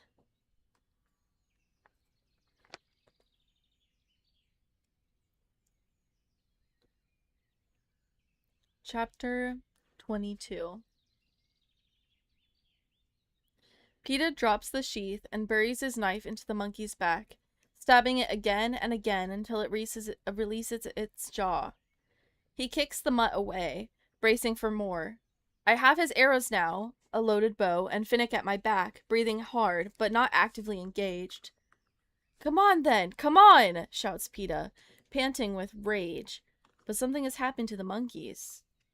They're withdrawing, backing up trees, fading into the jungle, as if some unheard voice calls them away. A game maker's voice telling them that this is enough.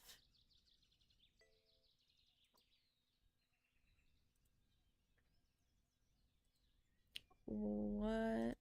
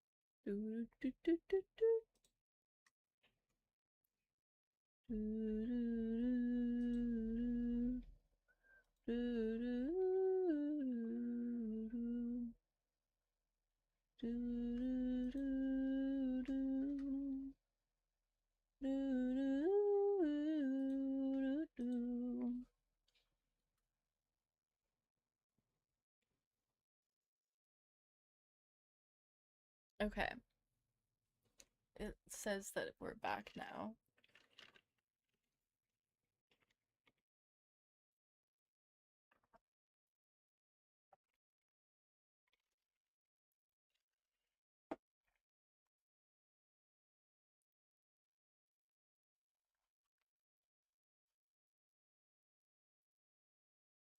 Okay.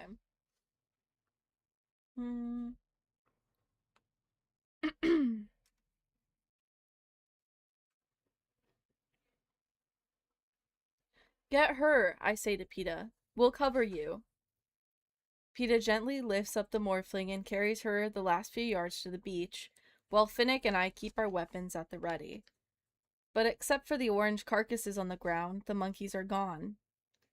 Peeta lays the morphling on the sand. I cut away the material over her chest, revealing the 4 deep puncture wounds. Blood slowly trickles from them, making them look far less deadly than they are. The real damage is inside. By the position of the openings, I feel certain the beast ruptured something vital, a lung, maybe even her heart. She lies on the sand, gasping like a fish out of water. Sagging skin, sickly green, her ribs as prominent as a child's dead of starvation. Surely she could afford food, but turned to the morphling just as Haymitch turned to drink, I guess. Everything about her speaks of waste. Her body, her life, the vacant look in her eyes. I hold on one of her twitching hands. Unclear whether it moves from the poison that affected our nerves, the shock of the attack, or withdrawal from the drug that was her sustenance. There's nothing we can do. Let's stay with her while she dies. I'll watch the trees, Finnick says before walking away.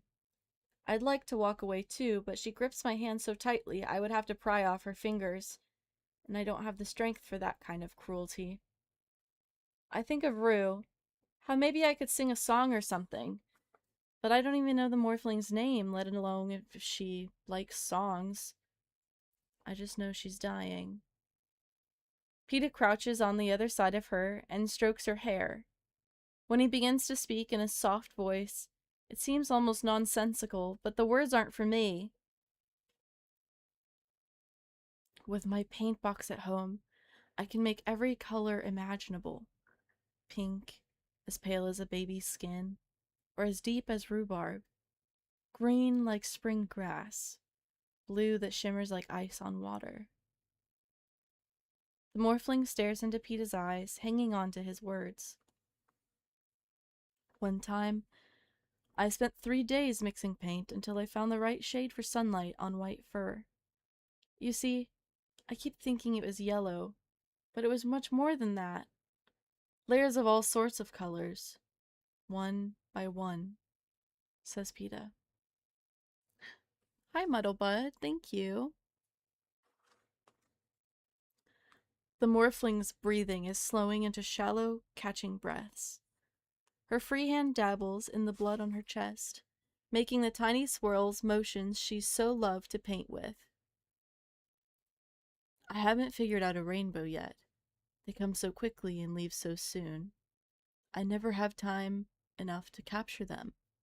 Just a bit of blue here or purple there, and then they fade away again, back into the air, says Peeta. The morphling seems mesmerized by Peeta's words, entranced. She lifts up a trembling hand and paints what I think might be a flower on Peeta's cheek. Thank you, he whispers. That looks beautiful. For a moment, the morphling's face lights up in a grin and she makes a small squeaking sound. Then her blood-dappled hand falls onto her chest. She gives one last huff of air, and the cannon fires. The grip on my hand releases. Peeta carries her out into the water. He returns and sits back beside me. The morphling floats out toward the cornucopia for a while. Then the hovercraft appears and a 4-pronged claw drops, encases her, and carries her into the night sky, and she's gone. Finnick rejoins us, his fist full of my arrows still wet with monkey blood. He drops them beside me on the sand. Thought you might want these. Thanks, I say. I wade into the water and wash off the gore from my weapons and my wounds. By the time I return to the jungle to gather some moss to dry them, all the monkeys' bodies have vanished.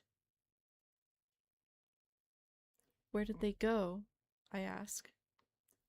We don't know exactly. The vine shifted and they were gone, says Finnick.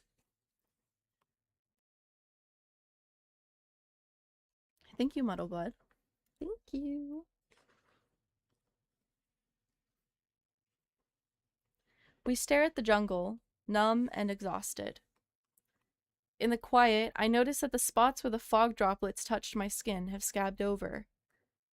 They've stopped hurting and begun to itch intensely.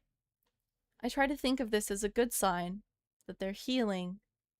I glance over at Peeta, at Finnick, and see they're both scratching at their damaged faces.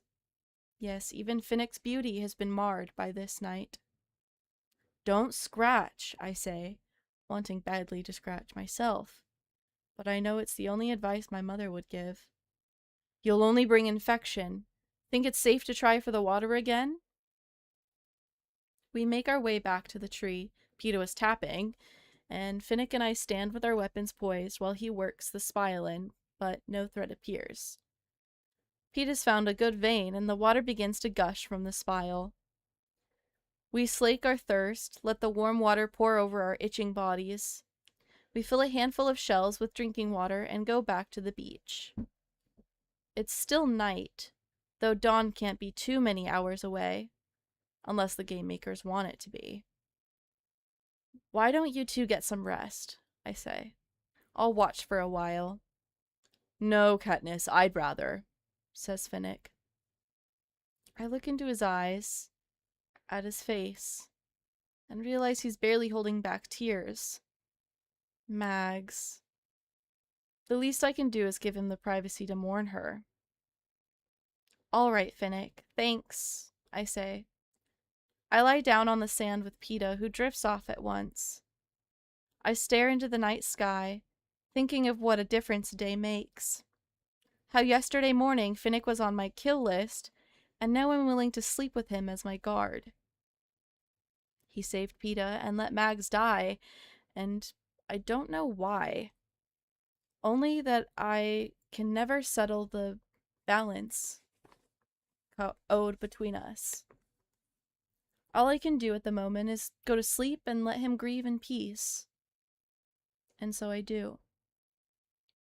It's mid-morning when I open my eyes again. Peeta's still out beside me.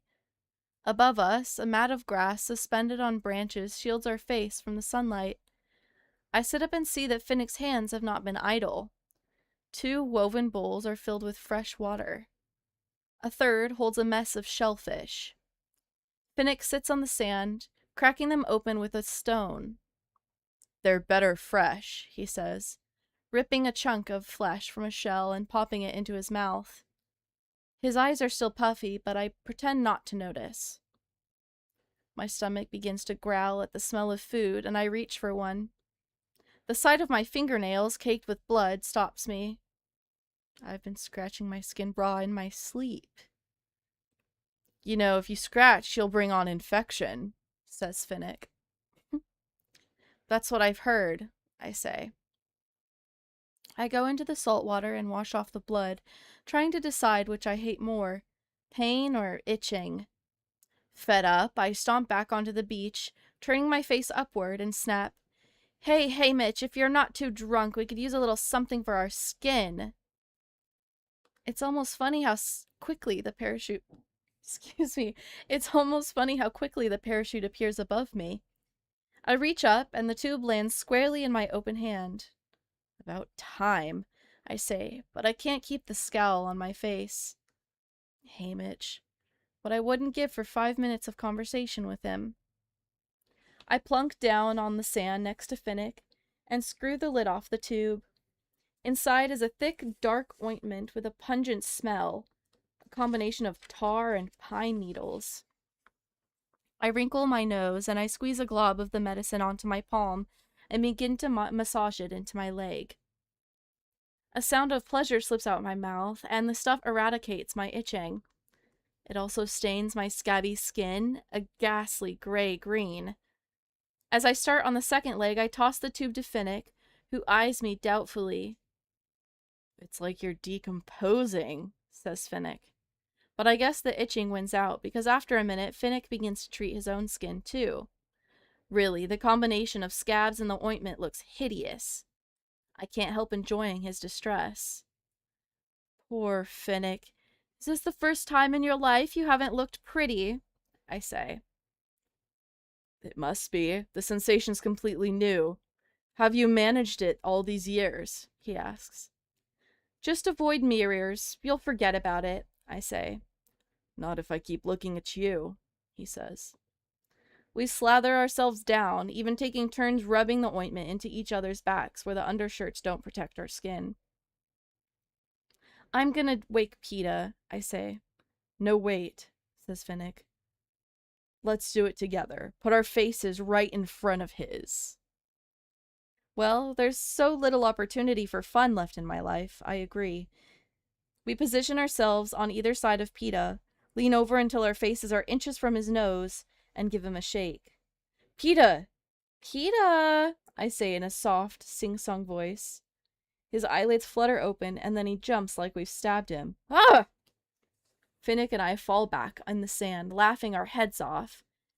Every time we try to stop, we look at PETA's attempt to maintain a disdainful expression, and it sets us off again. By the time we pull ourselves together, I'm thinking that maybe Finnick Odair is all right. At least not as vain or self-important as I'd thought. Not so bad at all, really.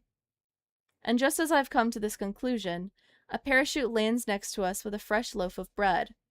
Remembering from last year how Haymitch's gifts are often timed to send a message, I make a note to myself. Be friends with Finnick, you'll get food. Finnick turns the bread over in his hands, examining the crust, a bit too possessively. It's not necessary. He's got that green tint from seaweed that the bread from District 4 always has. We all know it's his. Maybe he's just realized how precious it is, and he may never see another loaf again. Maybe some memory of Mags is associated with the crust. But all he says is, this will go well with the shellfish. While I help PETA coat his skin with the ointment, Finnick deftly cleans the meat from the shellfish. We gather round and eat the delicious sweet flesh with the salty bread from District 4. We all look monstrous. The ointment seems to be causing some of the scabs to peel, but I'm glad for the medicine. Not just because it gives relief from the itching, but also because it acts as protection from the blazing white sun in the pink sky. By its position, I estimate it must be going on 10 o'clock, though we've been in the arena for about a day. 11 of us are dead. 13 alive. Somewhere in the jungle, 10 are concealed. 3 or 4 are the careers. I don't really feel like trying to remember who the others are. For me, the jungle has quickly evolved from a place of protection to a sinister trap. I know at some point we'll need to force to re-enter its depths, either to hunt or be hunted, but for right now I'm planning to stick to our little beach, and I don't hear PETA or Finnick suggesting we do otherwise. For a while, the jungle seems almost static, humming, shimmering, but not flaunting its dangers. Then, in the distance, comes screaming. Across from us, a wedge of the jungle begins to vibrate. An enormous wave crests high on the hill, topping the trees and roaring down the slope.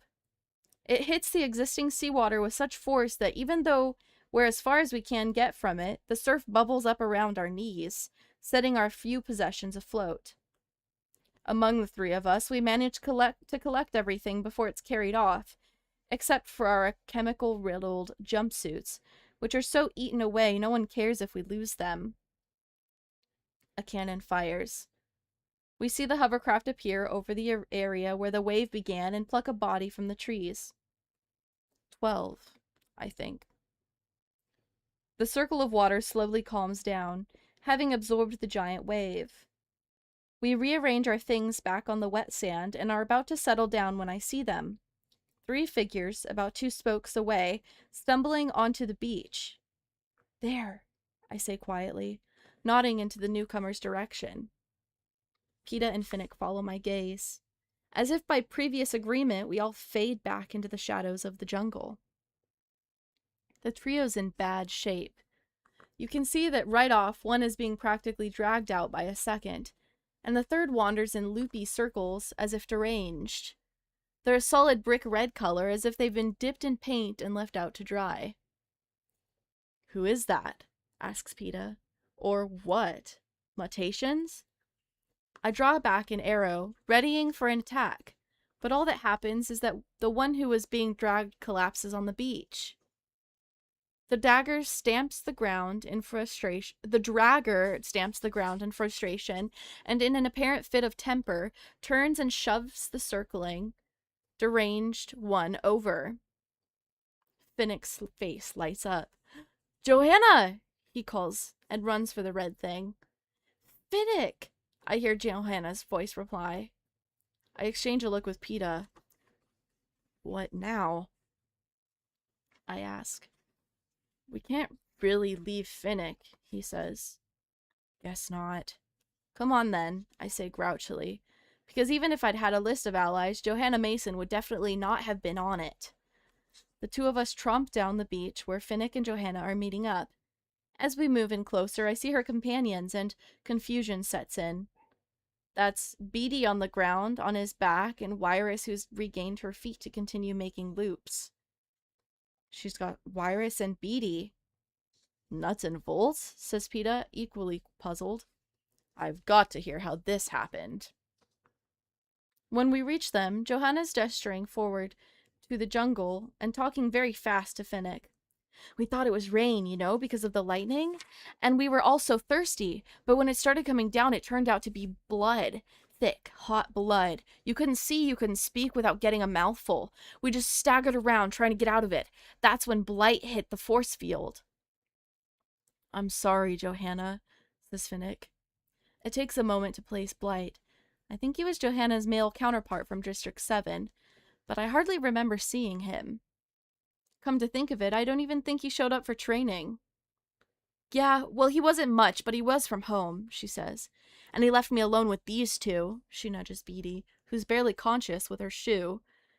"He got a knife in the back at the cornucopia, and her." We all look over at Wyrus, who's circling around, coated in dried blood and murmuring, "Tick-tock. Tick-tock." "Yeah, we know. Tick-tock. Nuts is in shock," she says Johanna. This seems to draw Wyrus in her direction, and she careens into Johanna, who harshly shoves her to the beach. "Just stay down, will you?" "Lay off her," I snap. Johanna narrows her brown eyes at me in hatred. "Lay off her?" she hisses. She steps forward before I can react and slaps me so hard I see stars. "Who do you think got them out of that bleeding jungle for you? You—" Finnick tosses her writhing body over his shoulder and carries her out into the water and repeatedly dunks her while she screams a lot of really insulting things at me. But I don't shoot, because she's with Finnick, and because of what she said about getting them for me. "What did she mean she got them for me?" I ask Peeta. "I don't know. You did want them originally," he reminds me. "Yeah, I did, originally." But that answers nothing. I look down at Beatty's inert body, but I won't have them long unless we do something. Peeta lifts Beatty up in his arms, and I take Wyrus by the hand, and we go back to our little beach camp. I sit Wyrus in the shallows so she can get washed up a bit, but she just clutches her hands together and occasionally mumbles, "Tick-tock." I unhook Beatty's belt and find a heavy metal cylinder attached to the side with a rope of vines.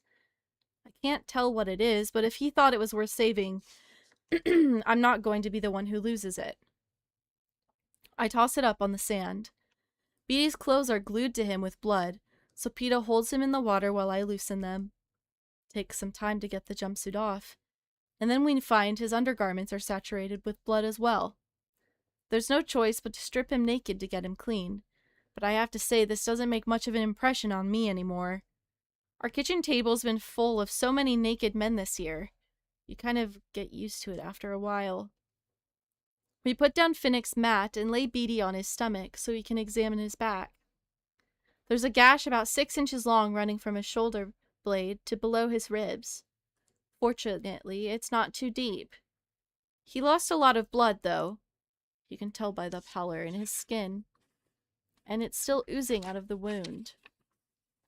I sit back on my heels, trying to think. What do I have to work with? Seawater? I feel like my mother when her first line of defense for treating everything was snow. I look over at the jungle. I bet there's a whole pharmacy in there if I knew how to use it. But these aren't my plants. Then I think about the moss Mags gave me to blow my nose. I'll be right back, I tell PETA. Fortunately, this stuff seems to be pretty common in the jungle. I rip an armful from the nearby trees and carry it back to the beach. I make a thick pad out of the moss, place it on Beatty's cut, and secure it by tying vines around his body. We get some water into him and then pull him into the shade at the edge of the jungle. I think that's all we can do, I say. It's good. You're good with this healing stuff, he says. It's in your blood. No, I say, shaking my head. I've got my father's blood. The kind that quickens during a hunt, not an epidemic. I'm gonna go see about Wyrus. I take a handful of the moss to use as a rag and join Wyrus in the shallows. She doesn't resist as I work off her clothing, scrub the blood from her skin. But her eyes are dilated with fear, and when I speak, she doesn't respond except to say with ever-increasing urgency, "TikTok." She does seem to be trying to tell me something, but with no Beatty to explain her thoughts, I'm at a loss. Yes, TikTok, I say. This seems to calm her down a little. I wash out her jumpsuit until there's hardly a trace of blood and help her back into it. It's not damaged like ours were. Her belt's fine, so I fasten that on too. Then I pin her undergarments, along with Beatty's, under some rocks and let them soak. By the time I've rinsed out Beatty's jumpsuit, a shiny, clean Johanna and peeling Finnick have joined us. For a while, Johanna gulps water and stuffs herself with the shellfish while I try to coax something into Wyrus. Finnick tells about the fog and the monkeys in a detached, almost clinical voice, avoiding the most important detail of the story. Everybody offers to guard while the others rest, but in the end, it's Johanna and I who stay up. Me because I'm really rested, she because she simply refuses to lie down. The two of us sit in silence on the beach until the others have gone to sleep. Johanna glances over at Finnick to be sure, then turns to me. How'd you lose Mags? In the fog. Finnick had PETA. I had Mags for a while. Then I couldn't lift her. Finnick said he couldn't take them both. She kissed him and walked right into the poison, I say. She was Finnick's mentor, you know, Johanna says accusingly. No, I didn't, I say. She was half his family, she says a few moments later. But there's less venom behind it.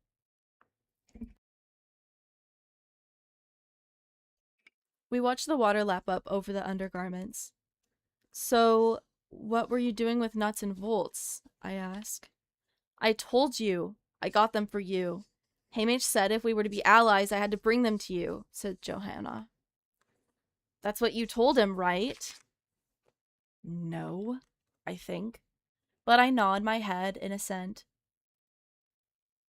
Thanks, I appreciate it. I hope so. She gives me a look filled with loathing, like I'm the biggest drag possible on her life. I wonder if this is what it's like to have an older sister who really hates you. Tick-tock, I hear behind me. I turn and see Wyrus has crawled over. Her eyes are focused on the jungle. Oh, goody, she's back. Okay, I'm going to sleep. You and Nuts can guard together, Johanna says. She goes over and flings herself down beside Finnick. Tick-tock, whispers Wyrus. I guide her in front of me and get her to lie down, stroking her arm to soothe her. She drifts off, stirring restlessly, occasionally sighing out her phrase. Tick-tock. Tick-tock, I agree softly. It's time for bed. Tick-tock, go to sleep. The sun rises in the sky until it's directly above us. Must be about noon, I think absently.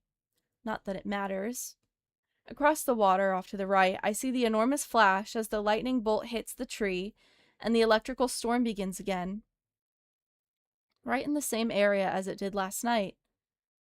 Someone must have moved into its range, triggered the attack. I sit for a while, watching the lightning, keeping Wyrus calm, lulled into a sort of peacefulness by the lapping of the water. I think of last night, how the lightning began just after the bell tolled. 12 bongs. Tick-tock, Wyrus says, surfacing to consciousness for a moment and then going back under. 12 bongs last night. Like it was midnight. Then lightning. The sun overhead now. Like it's noon. And lightning.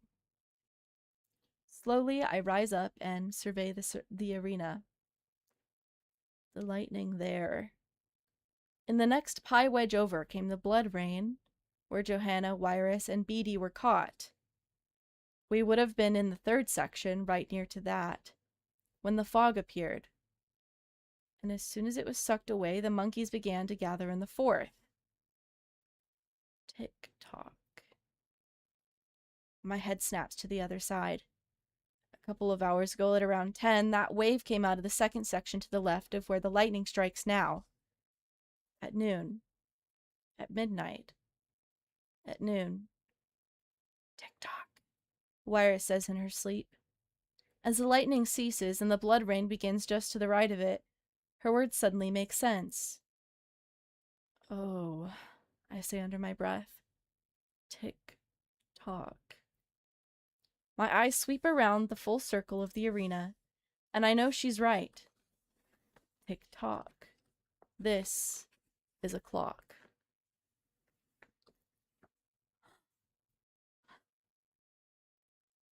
End of chapter 22.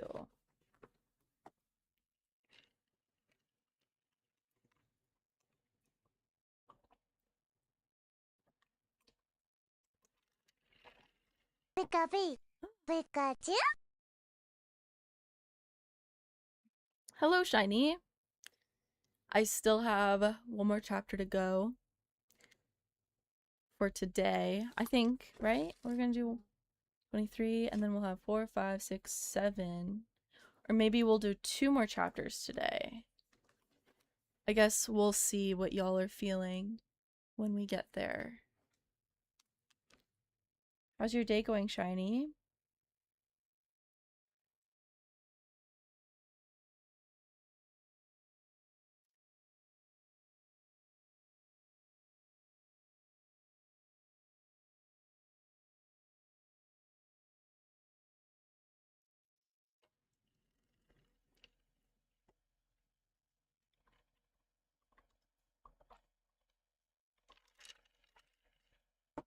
I was so glad to finally catch you live again. I feel like it's been a little while.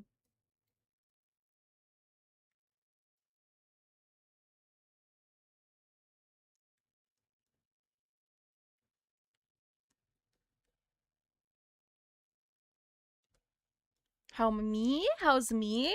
I'm good. I need to pack for a trip that I'm going on. I won't be around the next 3 days. And so I need to pack for that, but I haven't yet.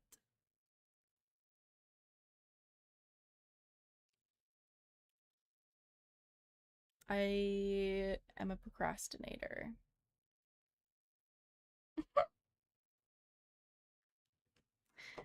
To say the least. Yes. Very fun.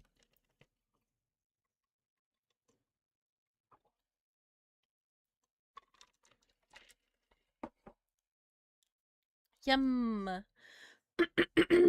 Okay. Let's do at least one more chapter. And then we'll have 4 left. We'll see how y'all are feeling after one more.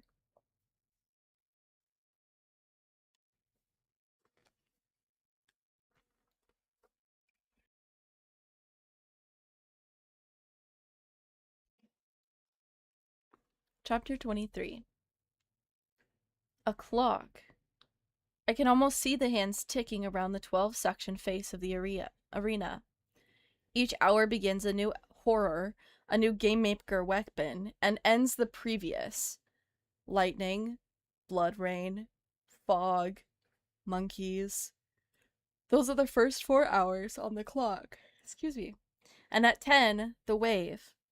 I don't know what happens in the other 7, but I know Wyrus is right. At the present, the blood rain's falling, and we're on the beach below the monkey segment.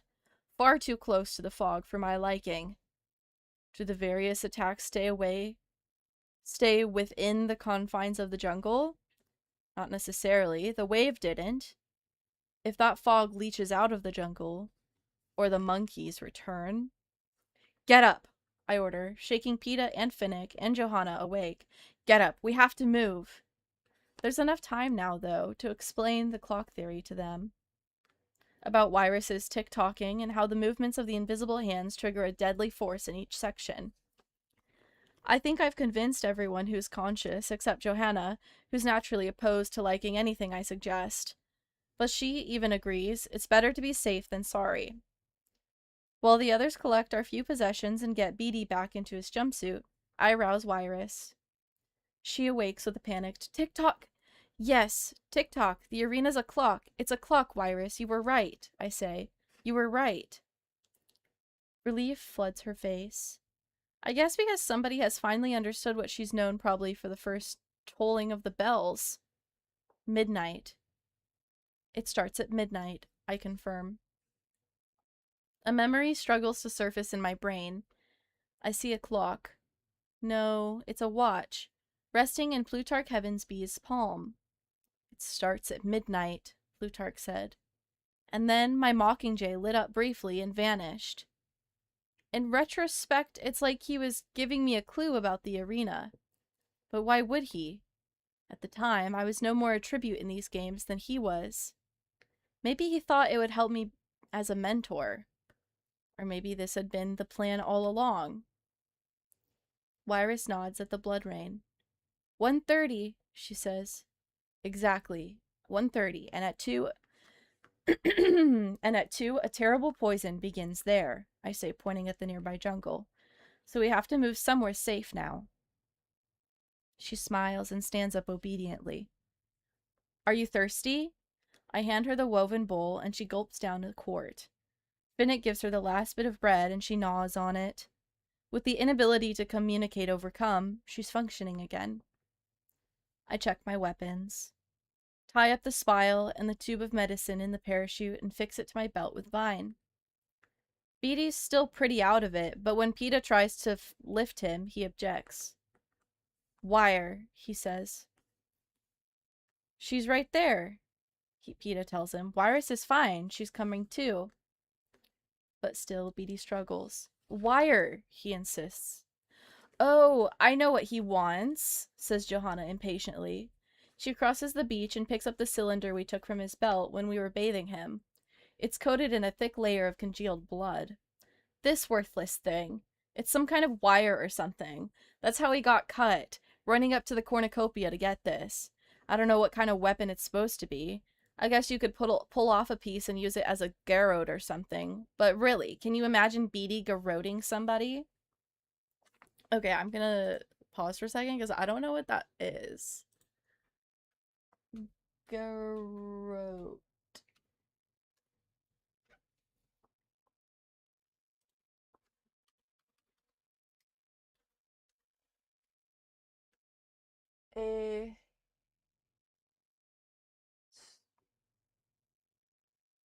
Oh, it's a wire used to kill someone with by strangulation. Okay.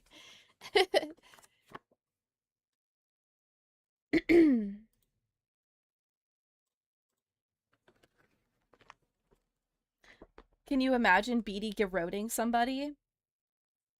He won these games with wire, setting up that electrical trap, says Peeta. It's the best weapon he could have.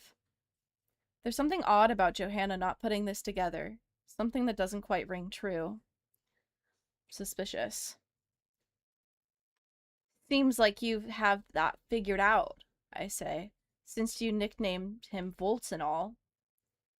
Johanna's eyes narrow at me dangerously. Yeah, that was really stupid of me, wasn't it? She says. I guess I must have been distracted by keeping your little friends alive.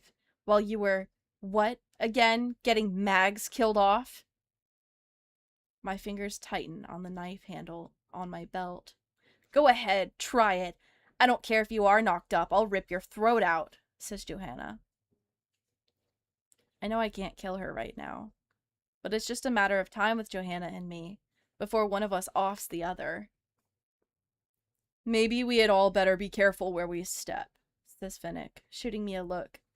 He takes the coil and sets it on Beatty's chest. There's your wire, Volts. Watch where you plug it. Peeta picks up the now unresisting Beatty. Where to?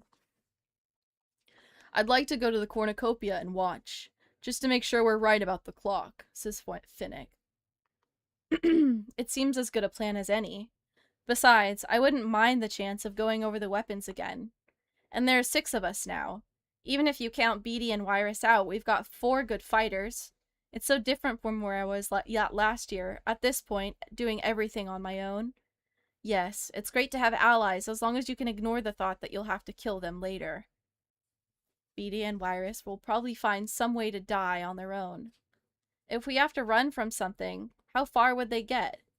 Johanna, frankly, I could have easily killed if it came down to protecting Peeta. Or maybe even just to shut her up. What I really need is for someone to take out Finnick for me, since I don't think I can do it personally. Not after all he's done for Peeta. I think about maneuvering him into some kind of encounter with the careers. It's cold, I know, but what are my options? Now that we know about the clock, he probably won't die in the jungle, so someone's going to have to kill him in battle. Because this is so repellent to think about, my mind frantically tries to change topics. But the only thing that distracts me from my current situation is fantasizing about killing President Snow.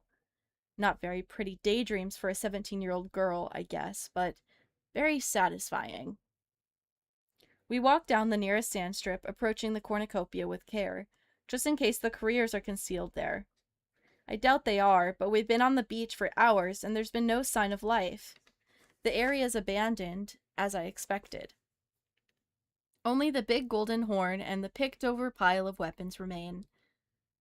When Peeta lays Beatty in the bit of shade the cornucopia provides, he calls out to Wirus. She crouches beside him, and he puts the coil of wire in her hands. Clean it, will you? He asks. Wirus nods and scampers over to the water's edge, where she dunks the coil in the water. She starts quietly singing some funny little song about a mouse running up a clock. Must be for children, but it seems to make her happy. Oh, not that song again, says Johanna, rolling her eyes. That went on for hours before she started saying tick-tock. Suddenly, Wirus stands up very straight and points to the jungle. 2, she says. I follow her finger to where the wall of fog has just begun to seep out onto the beach.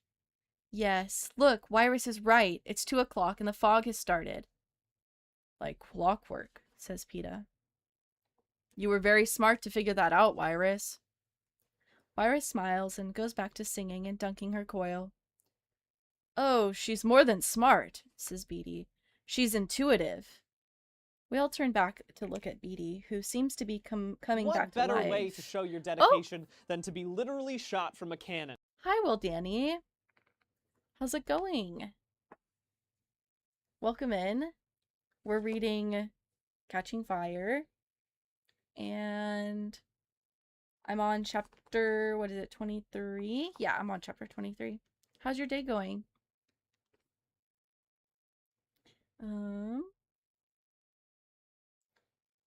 We all turn to look at Beatty, who seems to be coming back to life.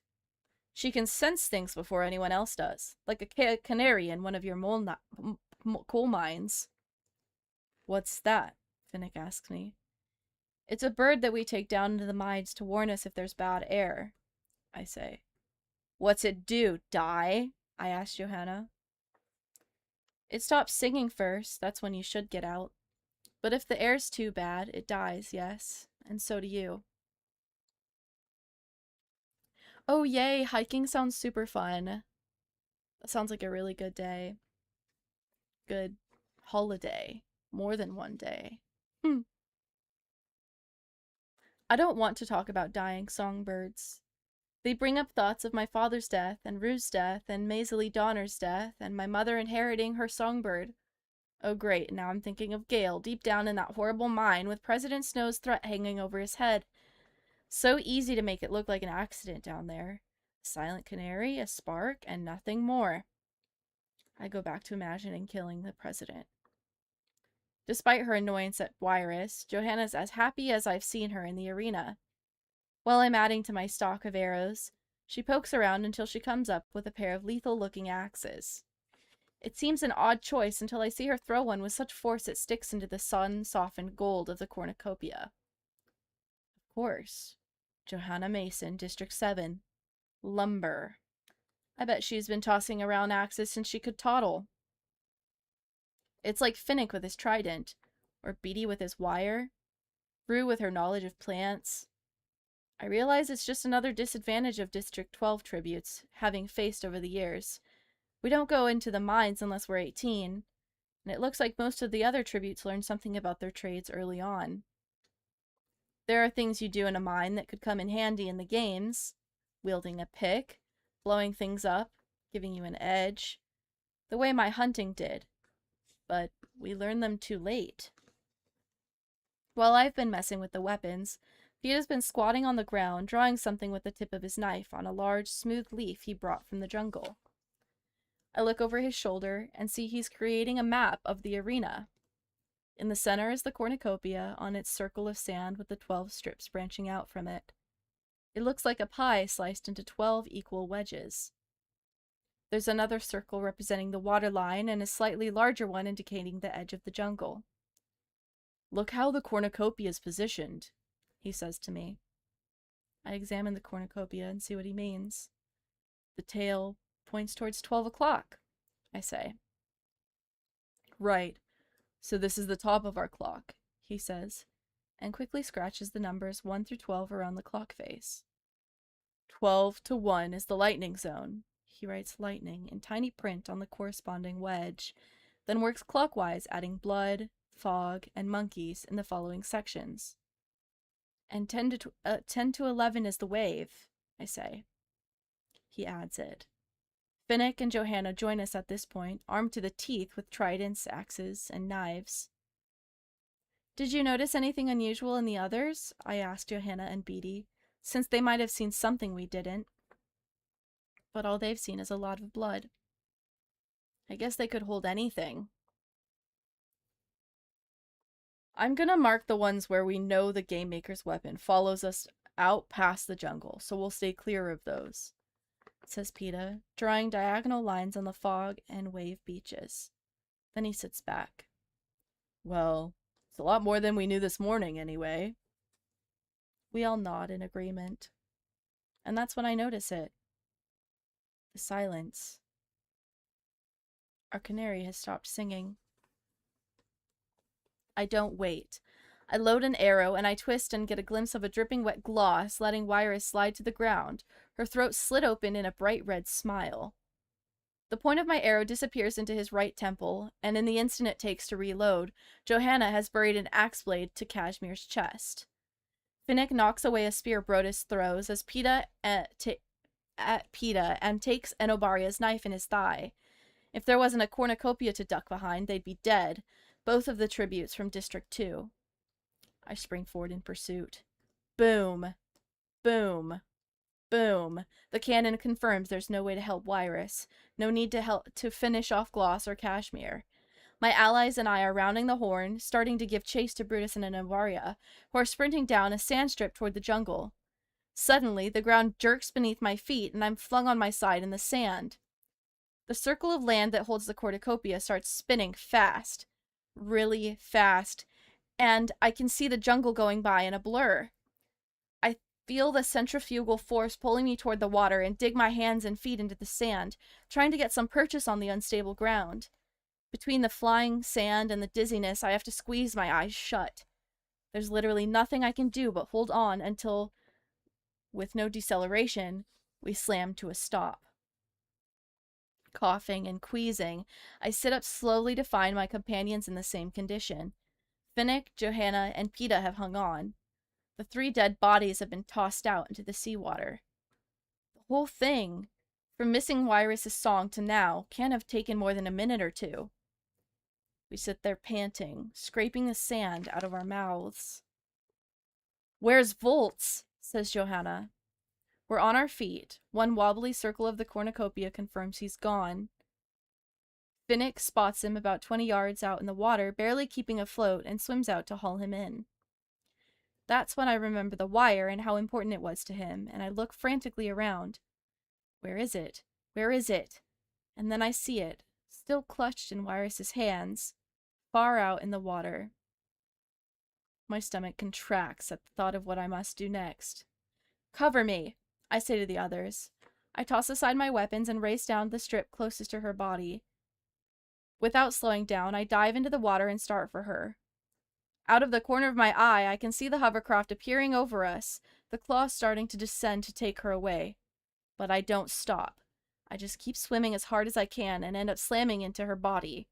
I come up gasping, trying to avoid swallowing the blood-stained water that spreads out from the open wound in her neck. She's floating on her back, borne up by her belt and death, staring into that relentless sun.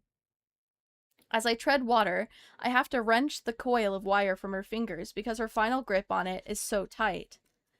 There's nothing I can do then but close her eyelids, whisper goodbye, and swim away. By the time I swing the coil up onto the sand and pull myself from the water, her body's gone. But I can still taste her blood mingled with the sea salt. I walk back to the cornucopia. Finnick's gotten Beatty back alive, although a little waterlogged, sitting up and snorting out water. He had the good sense to hang onto his glasses, so at least he can see. I place the reel of wire on his lap. It's sparkling clean. No blood left at all. He unravels a piece of the wire and runs it through his fingers. For the first time I see it, and it's unlike any wire I know. A pale golden color, and as fine as a piece of hair. I wonder how long it is. There must be miles of the stuff to fill the large spool, but I don't ask, because I know he's thinking of Wyrus. I look at the others' sober faces. Now Finnick, Johanna, and Beatty have all lost their district partners. I cross to Peta and wrap my arms around him, and for a while we all stay silent. "Let's get off this stinking island," Johanna says finally. There's only the matter of our weapons now, which we've largely retained. Fortunately, the vines here are strong, and the spile and the tube of medicine wrapped in the parachute are still secure to my belt. Finnick strips off his undershirt and ties it around the wound Enobaria's knife made in his thigh. It's not deep. Beatty thinks he can walk now, if we go slowly, so I help him up. We decide to head to the beach at 12 o'clock. That should provide hours of calm and keep us clear of any poisonous residue. And then Peta, Johanna, and Finnick head off in 3 different directions. 12 o'clock, right? Says Peta. The tail point's at 12. Before they spun us, says Finnick, I was judging by the sun. The sun only tells you it's going on 4, Finnick, I say. I think Katniss's point is knowing the time doesn't mean you necessarily know where 4 is on the clock. You might have a general idea of the direction, unless you consider that they may have shifted the outer ring of the jungle as well, says Beatty. No, Katniss's point was a lot more basic than that. Beatty's articulated a theory far beyond my comment on the sun, but I just nod my head like I've been on the same page all along. Is it? Oh my goodness.